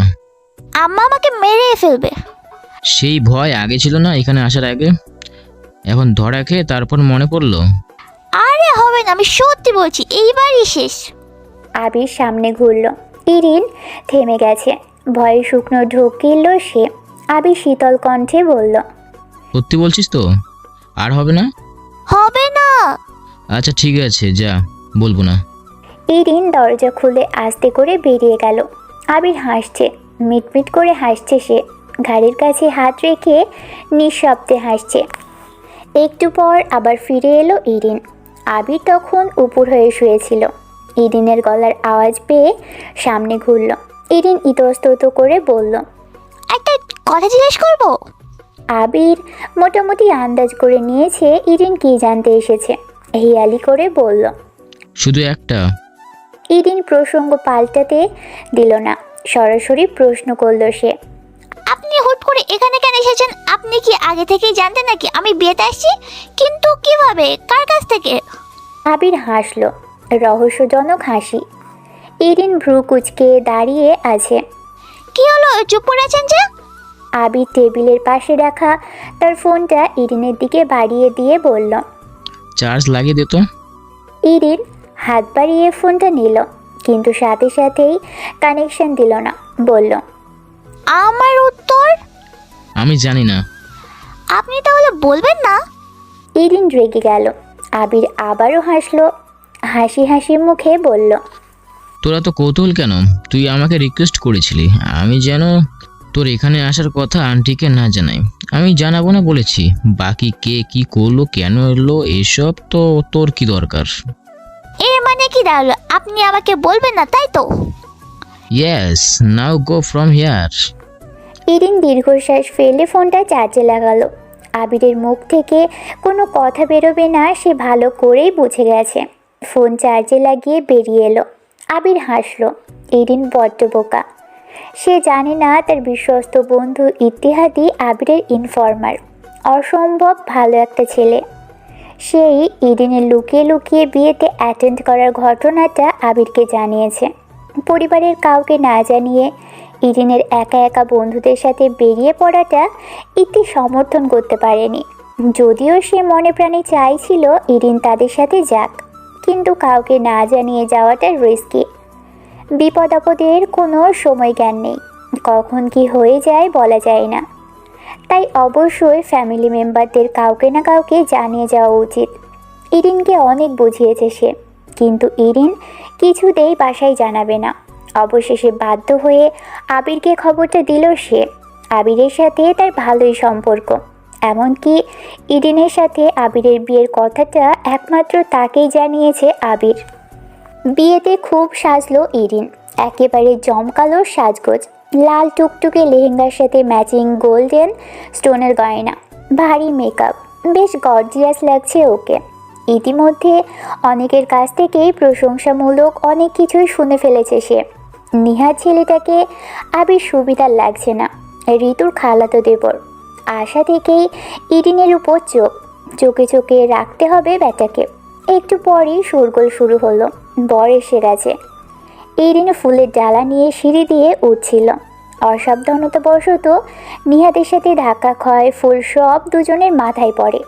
ইরিনের ওড়নাটা হিন্দি ফিল্মের নায়িকাদের মতো নিহাদের বাহু আটকে যায়। আর তখনই সিঁড়ি দিয়ে নামছিল আবির, পড়বি তো পর একেবারে মালির ঘাড়ে। ইরিন ভয়ত দৃষ্টিতে আবিরের দিকে তাকিয়ে আছে। আবির এক মুহূর্ত চেয়ে থেকে পাশ কাটিয়ে নেমে গেল। নিহাদের মুগ্ধতার সাগর তখন আবেগে টইটুম্বর। মোহনীয় দৃষ্টিতে ইরিনের দিকে তাকিয়ে আছে সে। ইরিনের মেজাজ বিগড়ে গেল, কিন্তু সেটা নিহাদের চোখে ধরা পড়ল না। আসার পর থেকেই মেয়েটিকে ওর ভালো লাগে। এমনিতেই বাসায় ওর বিয়ের কথাবার্তা চলছে। তার দৃঢ় বিশ্বাস ওর মতো হ্যান্ডসাম বিসিএস ক্যাডার প্রফেসরকে যে কোনো মেয়ের বাবাই জামাই বানাতে রাজি হয়ে যাবে। তাই আগেই খানিকটা বাজিয়ে দেখতে চাইছে ইরিনকে। ইরিনের মুখ খুলতেই ওর আবেগের সাগর নিমেষেই মরুভূমির মতো শুকিয়ে গেল। চোখ পকেটে রেখে হাঁটছিলেন, সব ফুল পড়ে গেল। হা করে আছেন কেন? মুখ বন্ধ করুন। এভাবে কথা বলছো কেন? মেয়েদের কথা হবে নমনীয়, এমন কর্কশ নয়। আপনি আমাকে লাগেন যে আমি আপনার সাথে লুতুপুতু গলায় কথা বলবো? অপরিচিত কারোর সাথে ভদ্রভাবে কথা বলা নর্মাল ম্যানার্সের মধ্যে পড়ে। আর অপরিচিত একজন মেয়েকে তুমি বলা রামছাগল? ইরিন গটগট করে চলে গেল। নিহার দাঁত খিচিয়ে দাঁড়িয়ে আছে। কত বড় সাহস, হাঁটুর বয়সে একটা মেয়ে ওকে রামছাগল বলে গেল। ওর মতো ব্রিলিয়ান্ট একজন প্রফেসরের এই মর্যাদা, দেশ আসলেই রসাতলে যাচ্ছে। ইরিন স্টেজে বউয়ের পাশে বসেছিল। ইতি এসে তার পাশে দাঁড়িয়ে ফিসফিস করে বলল, তোকে আয়াজ ভাই ডাকছে। কেন? আমি জানি না, আমাকে বলেছে তোকে ডেকে নিয়ে যেতে। ইরিন চারপাশে চোখ বোলালো। স্টেজ থেকে কিছুটা দূরে আবির ফোনে কথা বলছে। ভালো করে খেয়াল করলো সে। আবিরের মুড কি ঠিক আছে? সে কি ইরিনের উপর রেগে আছে? নিহাত গাধাটা এখনও ইরিনের পিছু ছাড়ছে না, স্টেজের পাশেই ঘুরঘুর করছে। ইরিন বিরক্ত হয়ে উঠে আবিরের কাছে চলে গেল। আবির সরাসরি ইরিনের দিকে তাকিয়েই কথা বলছে। অস্বস্তি লাগছে ইরিনের, ভয়ে আড়ষ্ট হয়ে রইল। আবিরের মতিগতি কিছুই বোঝা যাচ্ছে না, ভয় লাগছে তার। সকালের ঘটনার জন্য আবির কি এখন থেকে বকাঝকা করবে? উফ, কেন এই বিয়েতে এসেছিল সে? আসার পর থেকেই একটা না একটা গ্যারাকলে ফেসেই যাচ্ছে। আবির ফোন রেখে শান্ত কণ্ঠে জিজ্ঞেস করলো, নিহাত তোকে কি বলেছে? কোন নিহাদ? যাকে তুই ফুল দিয়ে বারণ করেছিস সে নিহাত। I love you. কি? I love you. আবির হতভম্ব হয়ে চেয়ে রইল। ধীরে ধীরে চোয়াল শক্ত হয়ে এলো তার। চাপা কণ্ঠে বলল, ইরিন, আমি তোর সাথে মজা করছি না, আমি জানতে চাইছি নিহাত তোকে কি বলেছে। I love you. ইরিন, শেষবারের মতো জিজ্ঞাসা করছি, এবার কিন্তু ঠাস করে একটা গালে চল বসিয়ে দেবো। কি আশ্চর্য আবির ভাইয়া, আপনি কানে শুনতে পান না? আমি কতবার করে আপনাকে বলছি নিহাদ আমাকে আই লাভ ইউ বলছে, তাও আপনি আমার উপর রাগ দেখাচ্ছেন। এর মানে কি? ফালতু কথা বলবি না একদম। ও তোকে প্রথমে দেখতে আই লাভ ইউ বলতে চাবে কেন? তুই কি আমার সাথে মশকরামি করছিস? প্রথম দেখাতে কে বললো সে নাকি আমার স্বপ্নে দেখেছে আমি নাকি তার স্বপ্নের দেখা রাজকন্যার মতো সুন্দরী? ইরিন, আমার সহ্যের সীমানা অতিক্রম করিস না। সত্যি বলছি তো, বিশ্বাস হচ্ছে না? আপনাকে ছুঁয়ে বলবো? তুই কি এখানে এসে আমার হাতে মার খেতে চাস? এখন যদি তোর গালে একটা ঠাস করে চল লাগিয়ে দিই, তারপর তো বলবি আবির ভাইয়া খারাপ, আবির ভাইয়া জঘন্য, অসভ্য। আপনি তো খারাপই, আপনাকে ভালো বললো কে? তুই বলবি না নিহাত তোকে কি বলেছে? ইরিন না সুযোগ মাথা দোলালো, দুষ্টু হেসে বলল, আপনিও তো আমাকে বললেননি। আপনি কার কাছ থেকে আমার বিয়েতে আসার খবর পেয়েছেন তাই আমি বলবো না? ইরিন ওড়না দোলাতে দোলাতে চলে গেল। আবির চোখ মুখ লাল করে বসে আছে। তার ধারণা ভুল, এ মেয়ে মোটেও বোকা নয়, হাড়ে হাড়ে শয়তান। ইরিনের বান্ধবীর বিয়ে শেষ হয় দ্রুত। আবির ইরিনের সাথে তেমন আর কথা বলেনি, চলে আসে বিয়ে থেকে আবার ঢাকায়। তবে ঘটনা এত দূর গড়াবে ইরিন স্বপ্নেও ভাবেনি। মাস তিনেক বাদেই নিহাত ইরিনের বাসায় বিয়ের প্রস্তাব পাঠিয়েছে। হাদারাম লোকটাকে এত অপমান করার পরেও বেহায়ার মতো আবার বাসায় বিয়ের প্রস্তাব নিয়ে এসেছে। বিয়ে বাড়িতে তো কম অপমান করেনি তাকে ইরিন। একে একটা শিক্ষা দিতে হবে, সেই সাথে আবিরকেও। মনে মনে ফোন দিয়ে নিল ইরিন। মাইমুনা বেগম নিহাতের সাথে বিয়ে দেবে না ভেবে যতই না করতে চান ইরিন ততই উৎসাহ দেখায় নিহাতকে বিয়ের জন্য। অবশেষে মাইমুনা বেগমকে ইরিন তার সিদ্ধান্ত জানালো, বিয়ে করলে নিহাতকেই করবে। মাইমুনা বেগম অস্থির হয়ে আজাদ আর সৈকত সাহেবের সাথে আলাপ করেছেন। সৈকত সাহেব হেসেই উড়িয়ে দিয়েছেন। ওনার ধারণা ইরিন আবিরের সাথে ঝগড়া বাঁধিয়ে নিহাতকে বিয়ে করতে চাইছে। কিন্তু মাইমুনা বেগম তো নিজের মেয়েকে চিনেন, ওনার পেটের হলে কি হবে, আগাগোড়া শয়তানিতে মোড়া। দুশ্চিন্তায় ওনার মাথায় খারাপ হয়ে যাচ্ছে। এদিকে মেহরাব সাহেব তার মন্ত্রিত্ব থেকে সরে এসেছেন, সেখানে এখন আবিরকে বসিয়েছে। 15 দিন পর আবিরের চূড়ান্ত পাঠগ্রহণ। তবে এখন অনেক কাজ, সব কিছু গুছিয়ে নিচ্ছে আবির। প্রধানমন্ত্রীর সাথে সাথেই থাকে সে। সকাল 10টায় বেরোয়, ফিরে রাত 9টায়। সারাদিন আর বাসায় আসা হয় না। মানে আবির এখন ধানমন্ডিতে এসে থাকে। আজকে অফিসে এসে বাসায় ফেরার সময় লিফটে ইরিনের সাথে দেখা হয়ে গেল আবিরের। ইরিনের হাতে এক গাদা শপিং ব্যাগ, সাথে ওর কাজিনরা। আবিরের সাথে চোখাচোখি হতেই চোখ সরিয়ে নিল। আবিরও এত লোকের মাঝখানে কিছু জিজ্ঞেস করলো না। রাতে খেতে বসে আরিতা জানালো আগামীকাল ইরিনের গায়ে হলুদ। আবিরের হাত বন্ধ হয়ে গেল, প্লেটের চারপাশে আঙুল বোলাচ্ছে আর ভাবছে ইরিন কি সত্যি সত্যিই বিয়ে করছে। আশ্চর্য, ওকে একটা বার জানালোও না। আজাদ সাহেবও কিছু বলল না, মানে কি? খাওয়া ছেড়ে উঠে গেল সে। তার খানিকক্ষণ বাদেই মাইমুনা বেগম ওদের ফ্ল্যাটে এলেন আবিরের সাথে পরামর্শ করতে। সব শুনে আবির কিছুই বলল না, কেবল শান্ত কণ্ঠে বলল, ওকে যা ইচ্ছা করতে দিন বড়মা। অনেক রাত পর্যন্ত মাইমুনা বেগম আবিরদের ফ্ল্যাটে বসেছিল, কিন্তু কোনো সুরাহা করতে পারেনি। ইরিনের বাবা না থাকলে মেরে পিঠের চামড়ায় তুলে ফেলতেন উনি। বদমে নিজের বিয়ের পাত্র নিজেই ঠিক করেছে, বিহায়ের মতো আবার শপিং নিজেই করছে। পরের দিন সকালে আবির আর থাকতে পারল না, ফ্রেশ হয়ে সোজা ইরিনদের ফ্ল্যাটে গেল। ইরিন তখন মাত্র শাওয়ার দিয়ে বেরিয়েছে। আবিরকে দেখেই অবাক হয়ে জিজ্ঞেস করলো, কি ব্যাপার আবির ভাই, আপনি আমার রুমে? জানেন তো আজকে আমার হলুদ, কালকে বিয়ে, কে কোয়ান থেকে দেখে ফেলবে। এভাবে আমার রুমে সেটা আপনার একদমই ঠিক হয়নি। তুই যে একটা মানিনিয়াক পেশেন্ট, তুই কি জানিস?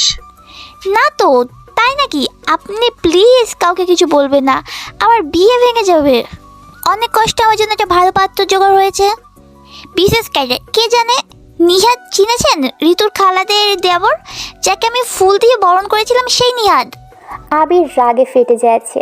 বিয়ে বাড়িতে ইরিনকে নিহাদের ব্যাপার নিয়ে অনেক কথা শুনিয়েছে আবির, তাই বলে ইরিন এভাবে শোধ নেবে সে ভাবতেই পারেনি।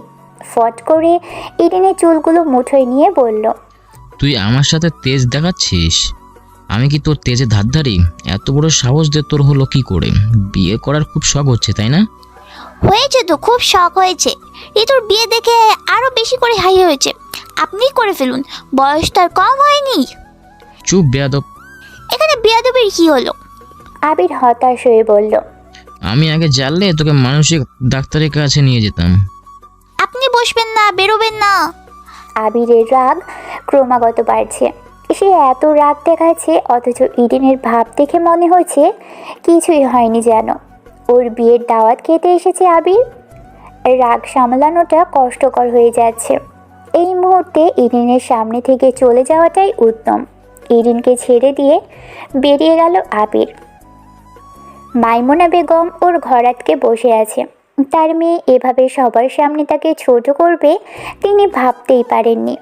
সৈকত সাহেবের সামনে যেতে ওনার লজ্জায় মাথা কাটা যাচ্ছে। আজাদ সাহেবও আবির আর সৈকত সাহেবের সামনে যেতে পারছে না। ইরিনের এমন সিদ্ধান্তে উনি বিরক্ত, কিন্তু আবির বলেছে ওর যেটা ভালো মনে হবে করুক, কারও কিছু বলার দরকার নেই। গতকাল নিহাদের বড় বোন এসে ইরিনকে আংটি পরিয়ে গেছে। তিনি হাঁ হয়ে বসেছিলেন। মেহমান এলে তো আর তাকে ঘাট ধরে বের করে দেওয়া যায় না। অবশেষে ওরা চলে গেলে আজাদ আর মাইমুনা ইরিনকে ডেকে বললেন, তোর সাথে আবিরের বিয়ে ঠিক হয়ে আছে, সেটা কি তুই জানিস? ইরিন রীতিমতো আকাশ থেকে পড়ল। মেরুদণ্ড বেয়ে শীতল রক্তস্রোত বয়ে গেল। নিজের কানকে যেন বিশ্বাসই করতে পারছে না সে। খুশিতে লাফিয়ে উঠতে মন চাইছে, মনে হচ্ছে পাগল হয়ে যাবে সে। কিন্তু প্ল্যান? নিহাতকে তো একটা শিক্ষা দিতেই হবে। আজকে হলুদের প্রোগ্রামের আয়োজনও হয়ে গেছে। ইরিনের ইচ্ছে ছিল হলুদ অনুষ্ঠান করে একটু মজা নেবে নিহাতের সাথে, তারপর বিয়ের দিন ফোন বন্ধ করে কোনো এক বান্ধবীর বাসায় উঠবে। সেই সাথে আবিরেরও একটা শিক্ষা হয়ে যাবে। তার দৃঢ় ধারণা আবির তাকে ভালোবাসে, কিন্তু স্বীকার করছে না। কিন্তু এখন যখন আবিরের সাথে তার বিয়ের কথা পাকাপাকি হয়ে আছে, তখন নিহাতকে একটা শিক্ষা দেওয়াই যায়।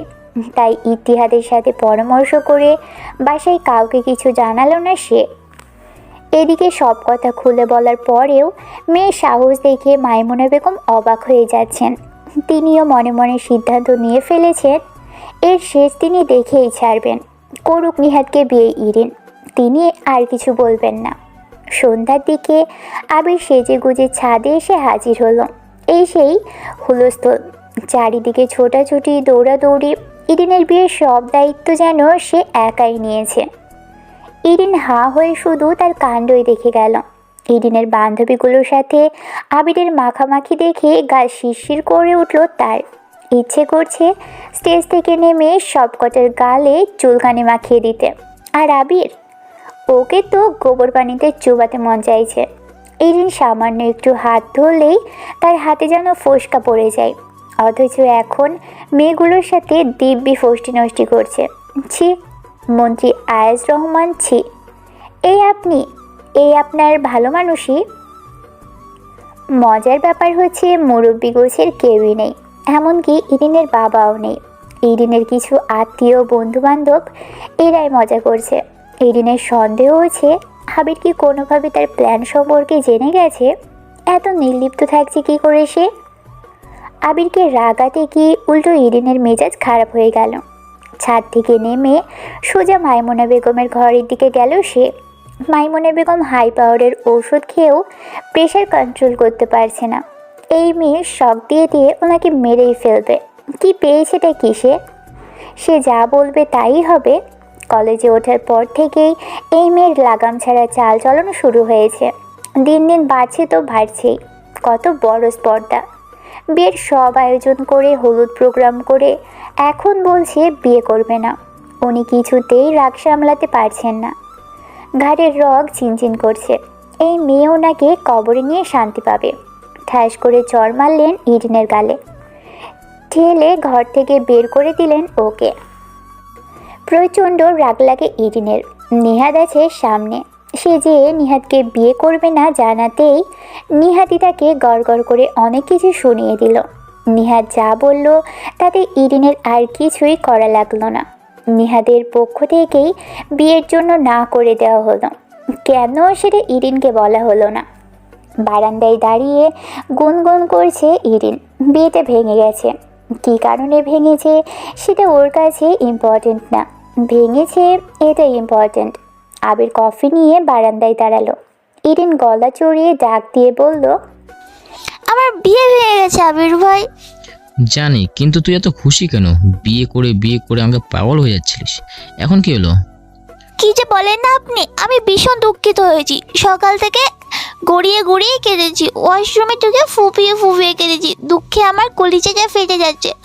কত ভালো ছিল নাহিদ মিয়া মানুষটা, তার সাথে বিয়ে হলে আমার জীবনটা আনন্দে ভরে যেত। কিন্তু কি থেকে কি হয়ে গেল বলুন তো?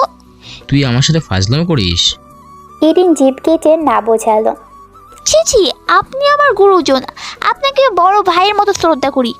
আপনার সাথে কেন ফাজলামো করবো? তাছাড়া নিহাতকে দিয়ে ফাজলামো করা যায়? ও কি ফাজলামো করার মতো ছেলে? প্রফেসর মানুষ। আবিরের ইচ্ছে করছে গরম কফিটা ইরিনের গলায় ঢেলে দিতে। ওর এইসব গা জ্বালানো কথাবার্তা বন্ধ হবে। আমার এত বড় সর্বনাশ করলো কে আবির ভাই? আল্লাহ তার বিচার করবে। তার বিয়ে হওয়ার আগেই বউ মরে ভূত হয়ে খার মাটকাবে, সে জীবনেও। তুই বেয়াদব, তোর সাথে কে কথা বলছে? কান ঝালাপালা করে দিয়েছিস। তখন থেকে ঝালপাল করে বক বক বক বক করেই যাচ্ছিস, থামাথামির কোনো নামই নেই। আপনি রাগ করছেন কেন? আমি আমার মনের দুঃখে থেকে বলছি, আপনাকে বলছি নাকি? আপনি কি আমার বিয়ে ভেঙেছেন? আমার আর খেয়ে দিয়ে কাজ নেই, আমি তোর বিয়ে ভাঙবো? তুই যাদের জন্য সেজেগুজে কলেজে যেতি তাদের ভিতরে কেউ হয়তো আকাম করেছে। আমার মাথায় এখন ঘেয়া কুত্তা পাগলের অবস্থা। তোর এইসব নিয়ে আমার ভাবার সময় নেই। এই তো সামনের উইকে সাংবাদিক সম্মেলনের, এরপর দেশের দায়িত্ব আমার হাতে, আর তুই হাসছিস তোর তালে। আবির ভিতরে চলে গেল। ইরিন হাসছে। তার দৃঢ় ধারণা বিয়েটা আবিরই ভেঙেছে। বাস্তবিকই তাই, বিয়েটা আবিরই ভেঙেছে। ইতির সাথে পরামর্শ করে নিহাদের কাছে গিয়েছিল সে। সেখানে গিয়ে অবশ্য কিছু মিথ্যা কথা বলতে হয়েছে তাকে। অনেক কষ্টে সে আর ইতি মিলে নিহাদকে বিশ্বাস করাতে পেরেছিল তার সাথে ইরিনের অ্যাফেয়ার চলছে। তার সাথে রাগ করে ইরিন নিহাদকে বিয়ে করার সিদ্ধান্ত নিয়েছে, ইত্যাদি ইত্যাদি। এছাড়া আর কোনো উপায়ও ছিল না আবিরের কাছে। ইতি তাকে আগেই বলেছিল ইরিন হলুদের পর পালিয়ে যাওয়ার প্ল্যান করছে। ইতি অবুঝ নয়, চোখের বসে ইরিনের পাগলামিতে তাল দেওয়ার মতো বোকাও সে নয়। ইরিনের এসব ছেলে মানুষই কর্মকাণ্ড যে শেষমেশ ইরিনেরই ক্ষতি করবে সেটা সে ভালো করেই বুঝতে পেরেছিল। পালিয়ে গেলে আবিরের ফ্যামিলি, ইরিনের ফ্যামিলি যে খুব সহজভাবে তাকে গ্রহণ করবে না সেটা ইরিনের মাথায় না এলেও ইতির মাথায় কিন্তু ঠিকই এসেছিল। তারপর অ্যাজ ইউজুয়াল আবিরকে পুরো ঘটনা খুলে বলল সে। ইতির কাছ থেকে সব ঘটনা শুনে আবির সময় নষ্ট করলো না।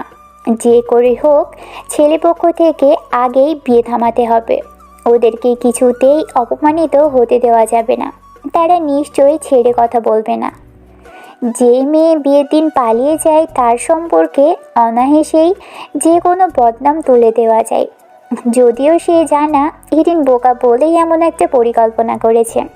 নিহাদকে নাজেহাল করতে গিয়ে নিজের পায়ে কাদা ছোড়ার সিদ্ধান্ত নিয়েছে নির্বোধ মেয়েটা।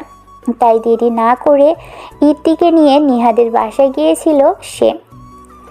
নিহাদ প্রথমে বিশ্বাস করেনি। ইতি আরও ঘনিষ্ঠ দু একজন বন্ধু বান্ধবকে খুলে বলল পুরো ঘটনাটা।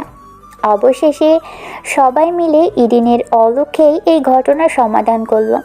অবশ্য সবটাই আবির এবং ইতি আজাদ সৈকত সাহেবের সাথে পরামর্শ করেছে।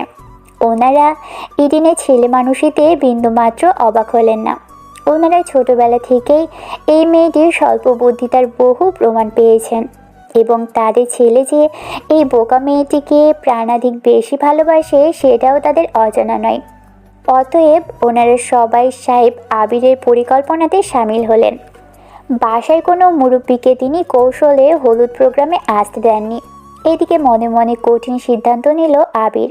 ইরিনের এসব পাগলামি আর বাড়তে দেওয়া যাবে না। এবার শিক্ষা দেওয়ার পালা আবিরের। তাকে এভাবে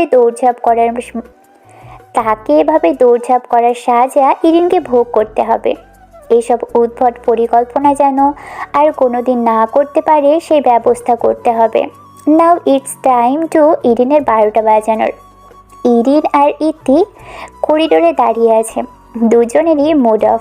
ইতির অবশ্য একটু বেশি অফ। আজকে আবার মিতুর সাথে ঝামেলা হয়েছে। মিতু ইতির গার্লফ্রেন্ড। সপ্তাহে 2 দিন ঝামেলা করাটা মিতুর কাছে কাঁচা বাজার করার মতো হয়ে গেছে। এই তো গতকাল রাত 1টার সময় ফোন দিয়ে বলল ওর প্রচণ্ড মাথা ব্যথা করছে। ইতি ভালো মানুষের মতো উপদেশ দিল, একটা নাপা খেয়ে শুয়ে পড়ো। নাপা বাসায় নেই। তাহলে মাইল্ড সিডেটিভ থাকলে একটা খেয়ে নাও। আমাদের বাসায় ঘুমের ওষুধ রাখা হয় না। ওকে, মাথায় পানি ঢালা পদ্ধতি ট্রাই করতে পারো। আমার ঠান্ডা লেগে যাবে। ইতি একটু ভাবলো, তারপর বলল, তাহলে চা বা কফি বানিয়ে খাও, ভালো লাগবে। এবার রিপ্লাই এলো। চা খেলে ঘুম আসবে না। ইতি ঘুমে কাদা হয়েছিল। ওর খুব ভালো একটা স্বভাব হয়েছে, ঘুমন্ত অবস্থায়ও সে স্বাভাবিকভাবেই কথা বলতে পারে। কিন্তু মিতুর কথা শুনে এবার আর স্বাভাবিক থাকতে পারল না। ভিতরে ভিতরে চটে গেলেও ঠান্ডা গলায় বলল, তাহলে তো আর কিছু করার নেই, তুমি চুপচাপ কিছুক্ষণ শুয়ে থেকে ঘুমানোর চেষ্টা করো। তাতে কোনো লাভ হবে না। আমি জানি আমার এই মুহূর্তে ঘুম আসবে না, তবে একটা উপায় আছে। কি? তোমাকে দেখতে ইচ্ছা করছে। আমার মনে হচ্ছে তুমি এলে আমার মাথা ব্যথা ভালো হয়ে যাবে। প্লিজ আসো না। কিন্তু এত রাতে? এখন তো মামা গেট বন্ধ করে ঘুমাচ্ছেন। সময় নেই, ওনাকেই ডেকে তুলবে। এমন করো কেন প্লিজ? ইতির মাথার মগজ 100 ডিগ্রি সেলসিয়াসে ফুটে উঠলেও ঠান্ডা রাখার চেষ্টা করে বলল, ঠিক আছে, আসছি। এই পর্যন্ত ঠিক আছে। সমস্যা হলো ইতিকে মাঝরাতে ঘুম থেকে তুলে ওদের বাসার সামনে দাঁড় করিয়ে মিতু জানালো সে আসতে পারবে না, ওর এখন বেশ ঘুম পাচ্ছে। ইতিও রাগ সামলাতে না পেরে ওকে কিছু কড়া কথা শুনিয়ে দিল ফোনে। ইরিন এক দৃষ্টিতে গেটের দিকে তাকিয়ে আছে। কত মানুষ হসপিটালের সামনে দিয়ে আসছে যাচ্ছে, কাছের মানুষের নিয়ে হাসি মুখে বাসায় ফিরছে। কত খুশি লাগছে এদেরকে। অথচ ইরিন ওর জীবনের কোনো আনন্দই নেই। আনন্দ নেই এই কথাটা আসলে ঠিক না। ইরিন আসলে আনন্দ উপভোগ করতে জানেই না। যার ইতির মতো ভালো একটা বন্ধু আছে, ভালো কেরিয়ার আছে, ভালো একটা পরিবার আছে, তবুও কেন এত আফসোস? ইতি, বলো। আমি মরে গেলে তো দুঃখ হবে? ইতি 880 ভোল্টের শক খেলো। ট্রান্সমিটার ব্লাস্ট হয়ে যাওয়ার মতো অবস্থা। প্রচণ্ড বিস্ময় নিয়ে ইরিনের দিকে তাকালো। ইরিন মজা করেও এই ধরনের কথা বলার মেয়ে না। তাহলে আজ কি হলো? ইতি জানে না ইরিনের সেই দিনের ঘটনার পর থেকে আবির ইরিনের সাথে কথা বলা বন্ধ করে দিয়েছে। না। সত্যি? হ্যাঁ সত্যি। আমি খুব খারাপ, তাই না? ইতিহাদ হাসলো। ইরিনের নাক টেনে দিয়ে বলল, খুব। মিতুকে খুব ভালোবাসিস, তাই না? ইতিহাদ দীর্ঘশ্বাস ছাড়লো। বিড়বিড় করে বলল, বোকা মেয়েটা তো কিছুই বোঝে না। আমার কি মনে হয় জানিস? কি? যারা খুব বেশি ভালোবাসা পায় তারা বোধহয় খানিকটা বোকা হয়। কি করে বুঝলি? এই যে তুইও তো বোকা। কে বললো আমি বোকা? তুই বোকা নয় তো কি? তুই জানিস আবির ভাই তোকে কতটা ভালোবাসে? না রে, তিনি আর আমাকে এখন ভালোবাসে না। ইরিনের চোখে পানি টলমল করছে। ইতিহাদ আবারও হাসলো। মুচকি হেসে বলল, তোর এমন মনে হওয়ার কারণ? উনি আমাকে কি বলেছে জানিস? আমি নাকি ভালোবাসা পাওয়ার যোগ্যই নয়। উনি নিজের আমাকে বলে আমাদের বিয়েটা ভেঙে দেবেন। ওনার এক কলিগ আছে, নাম নাইরা, তাকে বিয়ে করবেন। আমাকে ছবি দেখিয়েছেন, সেই মানে একেবারে ককটেল সুন্দরী। তোর চেয়েও সুন্দরী? আমি কি ককটেল সুন্দরী? ককটেল সুন্দরী কি আমি জানি না, কিন্তু তুই সুন্দরী, খুব সুন্দরী। এরপর তোর কি মনে হয় আবির আমাকে ভালোবাসে? ইতিহাদ হাসছে। ইরিনের কান্না পাচ্ছে। তার প্রিয়তম বন্ধুটিও তার দুঃখ বুঝল না। সবাই এত নিষ্ঠুর কেন? বিগত 1 মাস 26 দিন যাবৎ আবির তাকে এড়িয়ে চলছে। ইরিন কি খুব বেশি বড় হয়ে গেছে যে উনি ইরিনকে মাফ করতে পারছেন না? ইরিন তো খুব বেশি ছোটও নয়। সে একবার যখন বুঝেছে তার ভুল হয়েছে, সে কি আর দ্বিতীয়বার এমন ভুল করবে? এই সহজ কথাটা আবিরের মতো ব্রিলিয়ান্ট ছাত্রের মাথায় কেন ঢুকছে না? ইরিন একটা দীর্ঘশ্বাস ফেলে আবারও গেটের দিকে তাকালো। কেন জানি লোকজনের আসা যাওয়া দেখতে আজকে খুব ভালো লাগছে। ইতি পাশেই চুপচাপ কিছুক্ষণ দাঁড়িয়ে থেকে ক্লাসে চলে গেল। আবির ইরিনের এমন নিহাদকে বিয়ে করার সিদ্ধান্তের কথা বলা বন্ধ করে দেয়, কারণ ইরিনকে সে একটু শিক্ষা দিতে চেয়েছিল। আবিরের অনেক কষ্ট হয়, কিন্তু এটা সবার প্ল্যানেই হয়েছে। মাইমুনা বেগমও ইরিনের সাথে ঠিকমতো কথা বলে না। আবিরের কথা মতো বাড়ির সবাই ইরিনকে এড়িয়ে চলা শুরু করে। গত মাস আগে থেকেই এমন চলছে। ইরিন আর কষ্ট সহ্য করতে পারে না। সবাই সরাসরি না বললেও ইরিনের কাণ্ডে যে সবাই বিরক্ত ভাব, এটাই প্রকাশ করেছে। তাই ইরিনকে সবাই এখন এড়িয়ে চলে। আর ইতিহাদকে ইরিনের আশেপাশে থাকার কথা আবির বলেছে, যেন ইরিনকে দেখে শুনে রাখে, কোনো প্রকার কিছু যেন না হয়। ইরিন যে আজ মরার কথা বলেছে সেটা আবিরের কানে পৌঁছে দেয় ইতিহাদ, কিন্তু আবির সব শুনে হাসে। সবাই সব কিছু জানে, কেবল ইরিন বাদে। ইরিনের কান্না করতে ইচ্ছে করছে অনেক, কিন্তু সব ভেবে আবার কাঁদতেও পারে না। বারবার মাইমুনা বেগমের কাছে ফোন দিচ্ছে ইরিন, তিনি ধরছেন না। তিনিও ইরিনের উপর রাগ। ইরিনের কষ্ট লাগছে। এই মুহূর্তে বাসায় যাওয়া ওর পক্ষে অসম্ভব, সামনেই পরীক্ষা। আবিরও তার উপর রাগ। ক্লাস শেষে মাঝে মাঝে বিকেলবেলা যখন ইতি আর মিতুর সাথে ইরিন ঘুরতে বের হয়, মনে আক্ষেপ হয় ইরিনের। কি সুন্দর দুজন হাতে হাত রেখে হাঁচে ওরা, চোখে চোখ রেখে মনের ভাষায় কথা বলে। আবির নামক স্বপ্নটা ইরিনকে ভিতর থেকে কতটা কষ্ট দেয়, বাইরে থেকে তার ছিটে ফোটাও যেন আজ করতে পারছে না। সন্ধ্যাবেলা পড়ার টেবিলে বই খুলে রেখে ঝিমোচ্ছিল, এমন সময় মিতু এসে হুড়মুড়িয়ে ভিতরে ঢুকলো, আগাগোড়া সাজগোজ করা। এই সেই উচ্ছ্বাসিত গলায় বলল,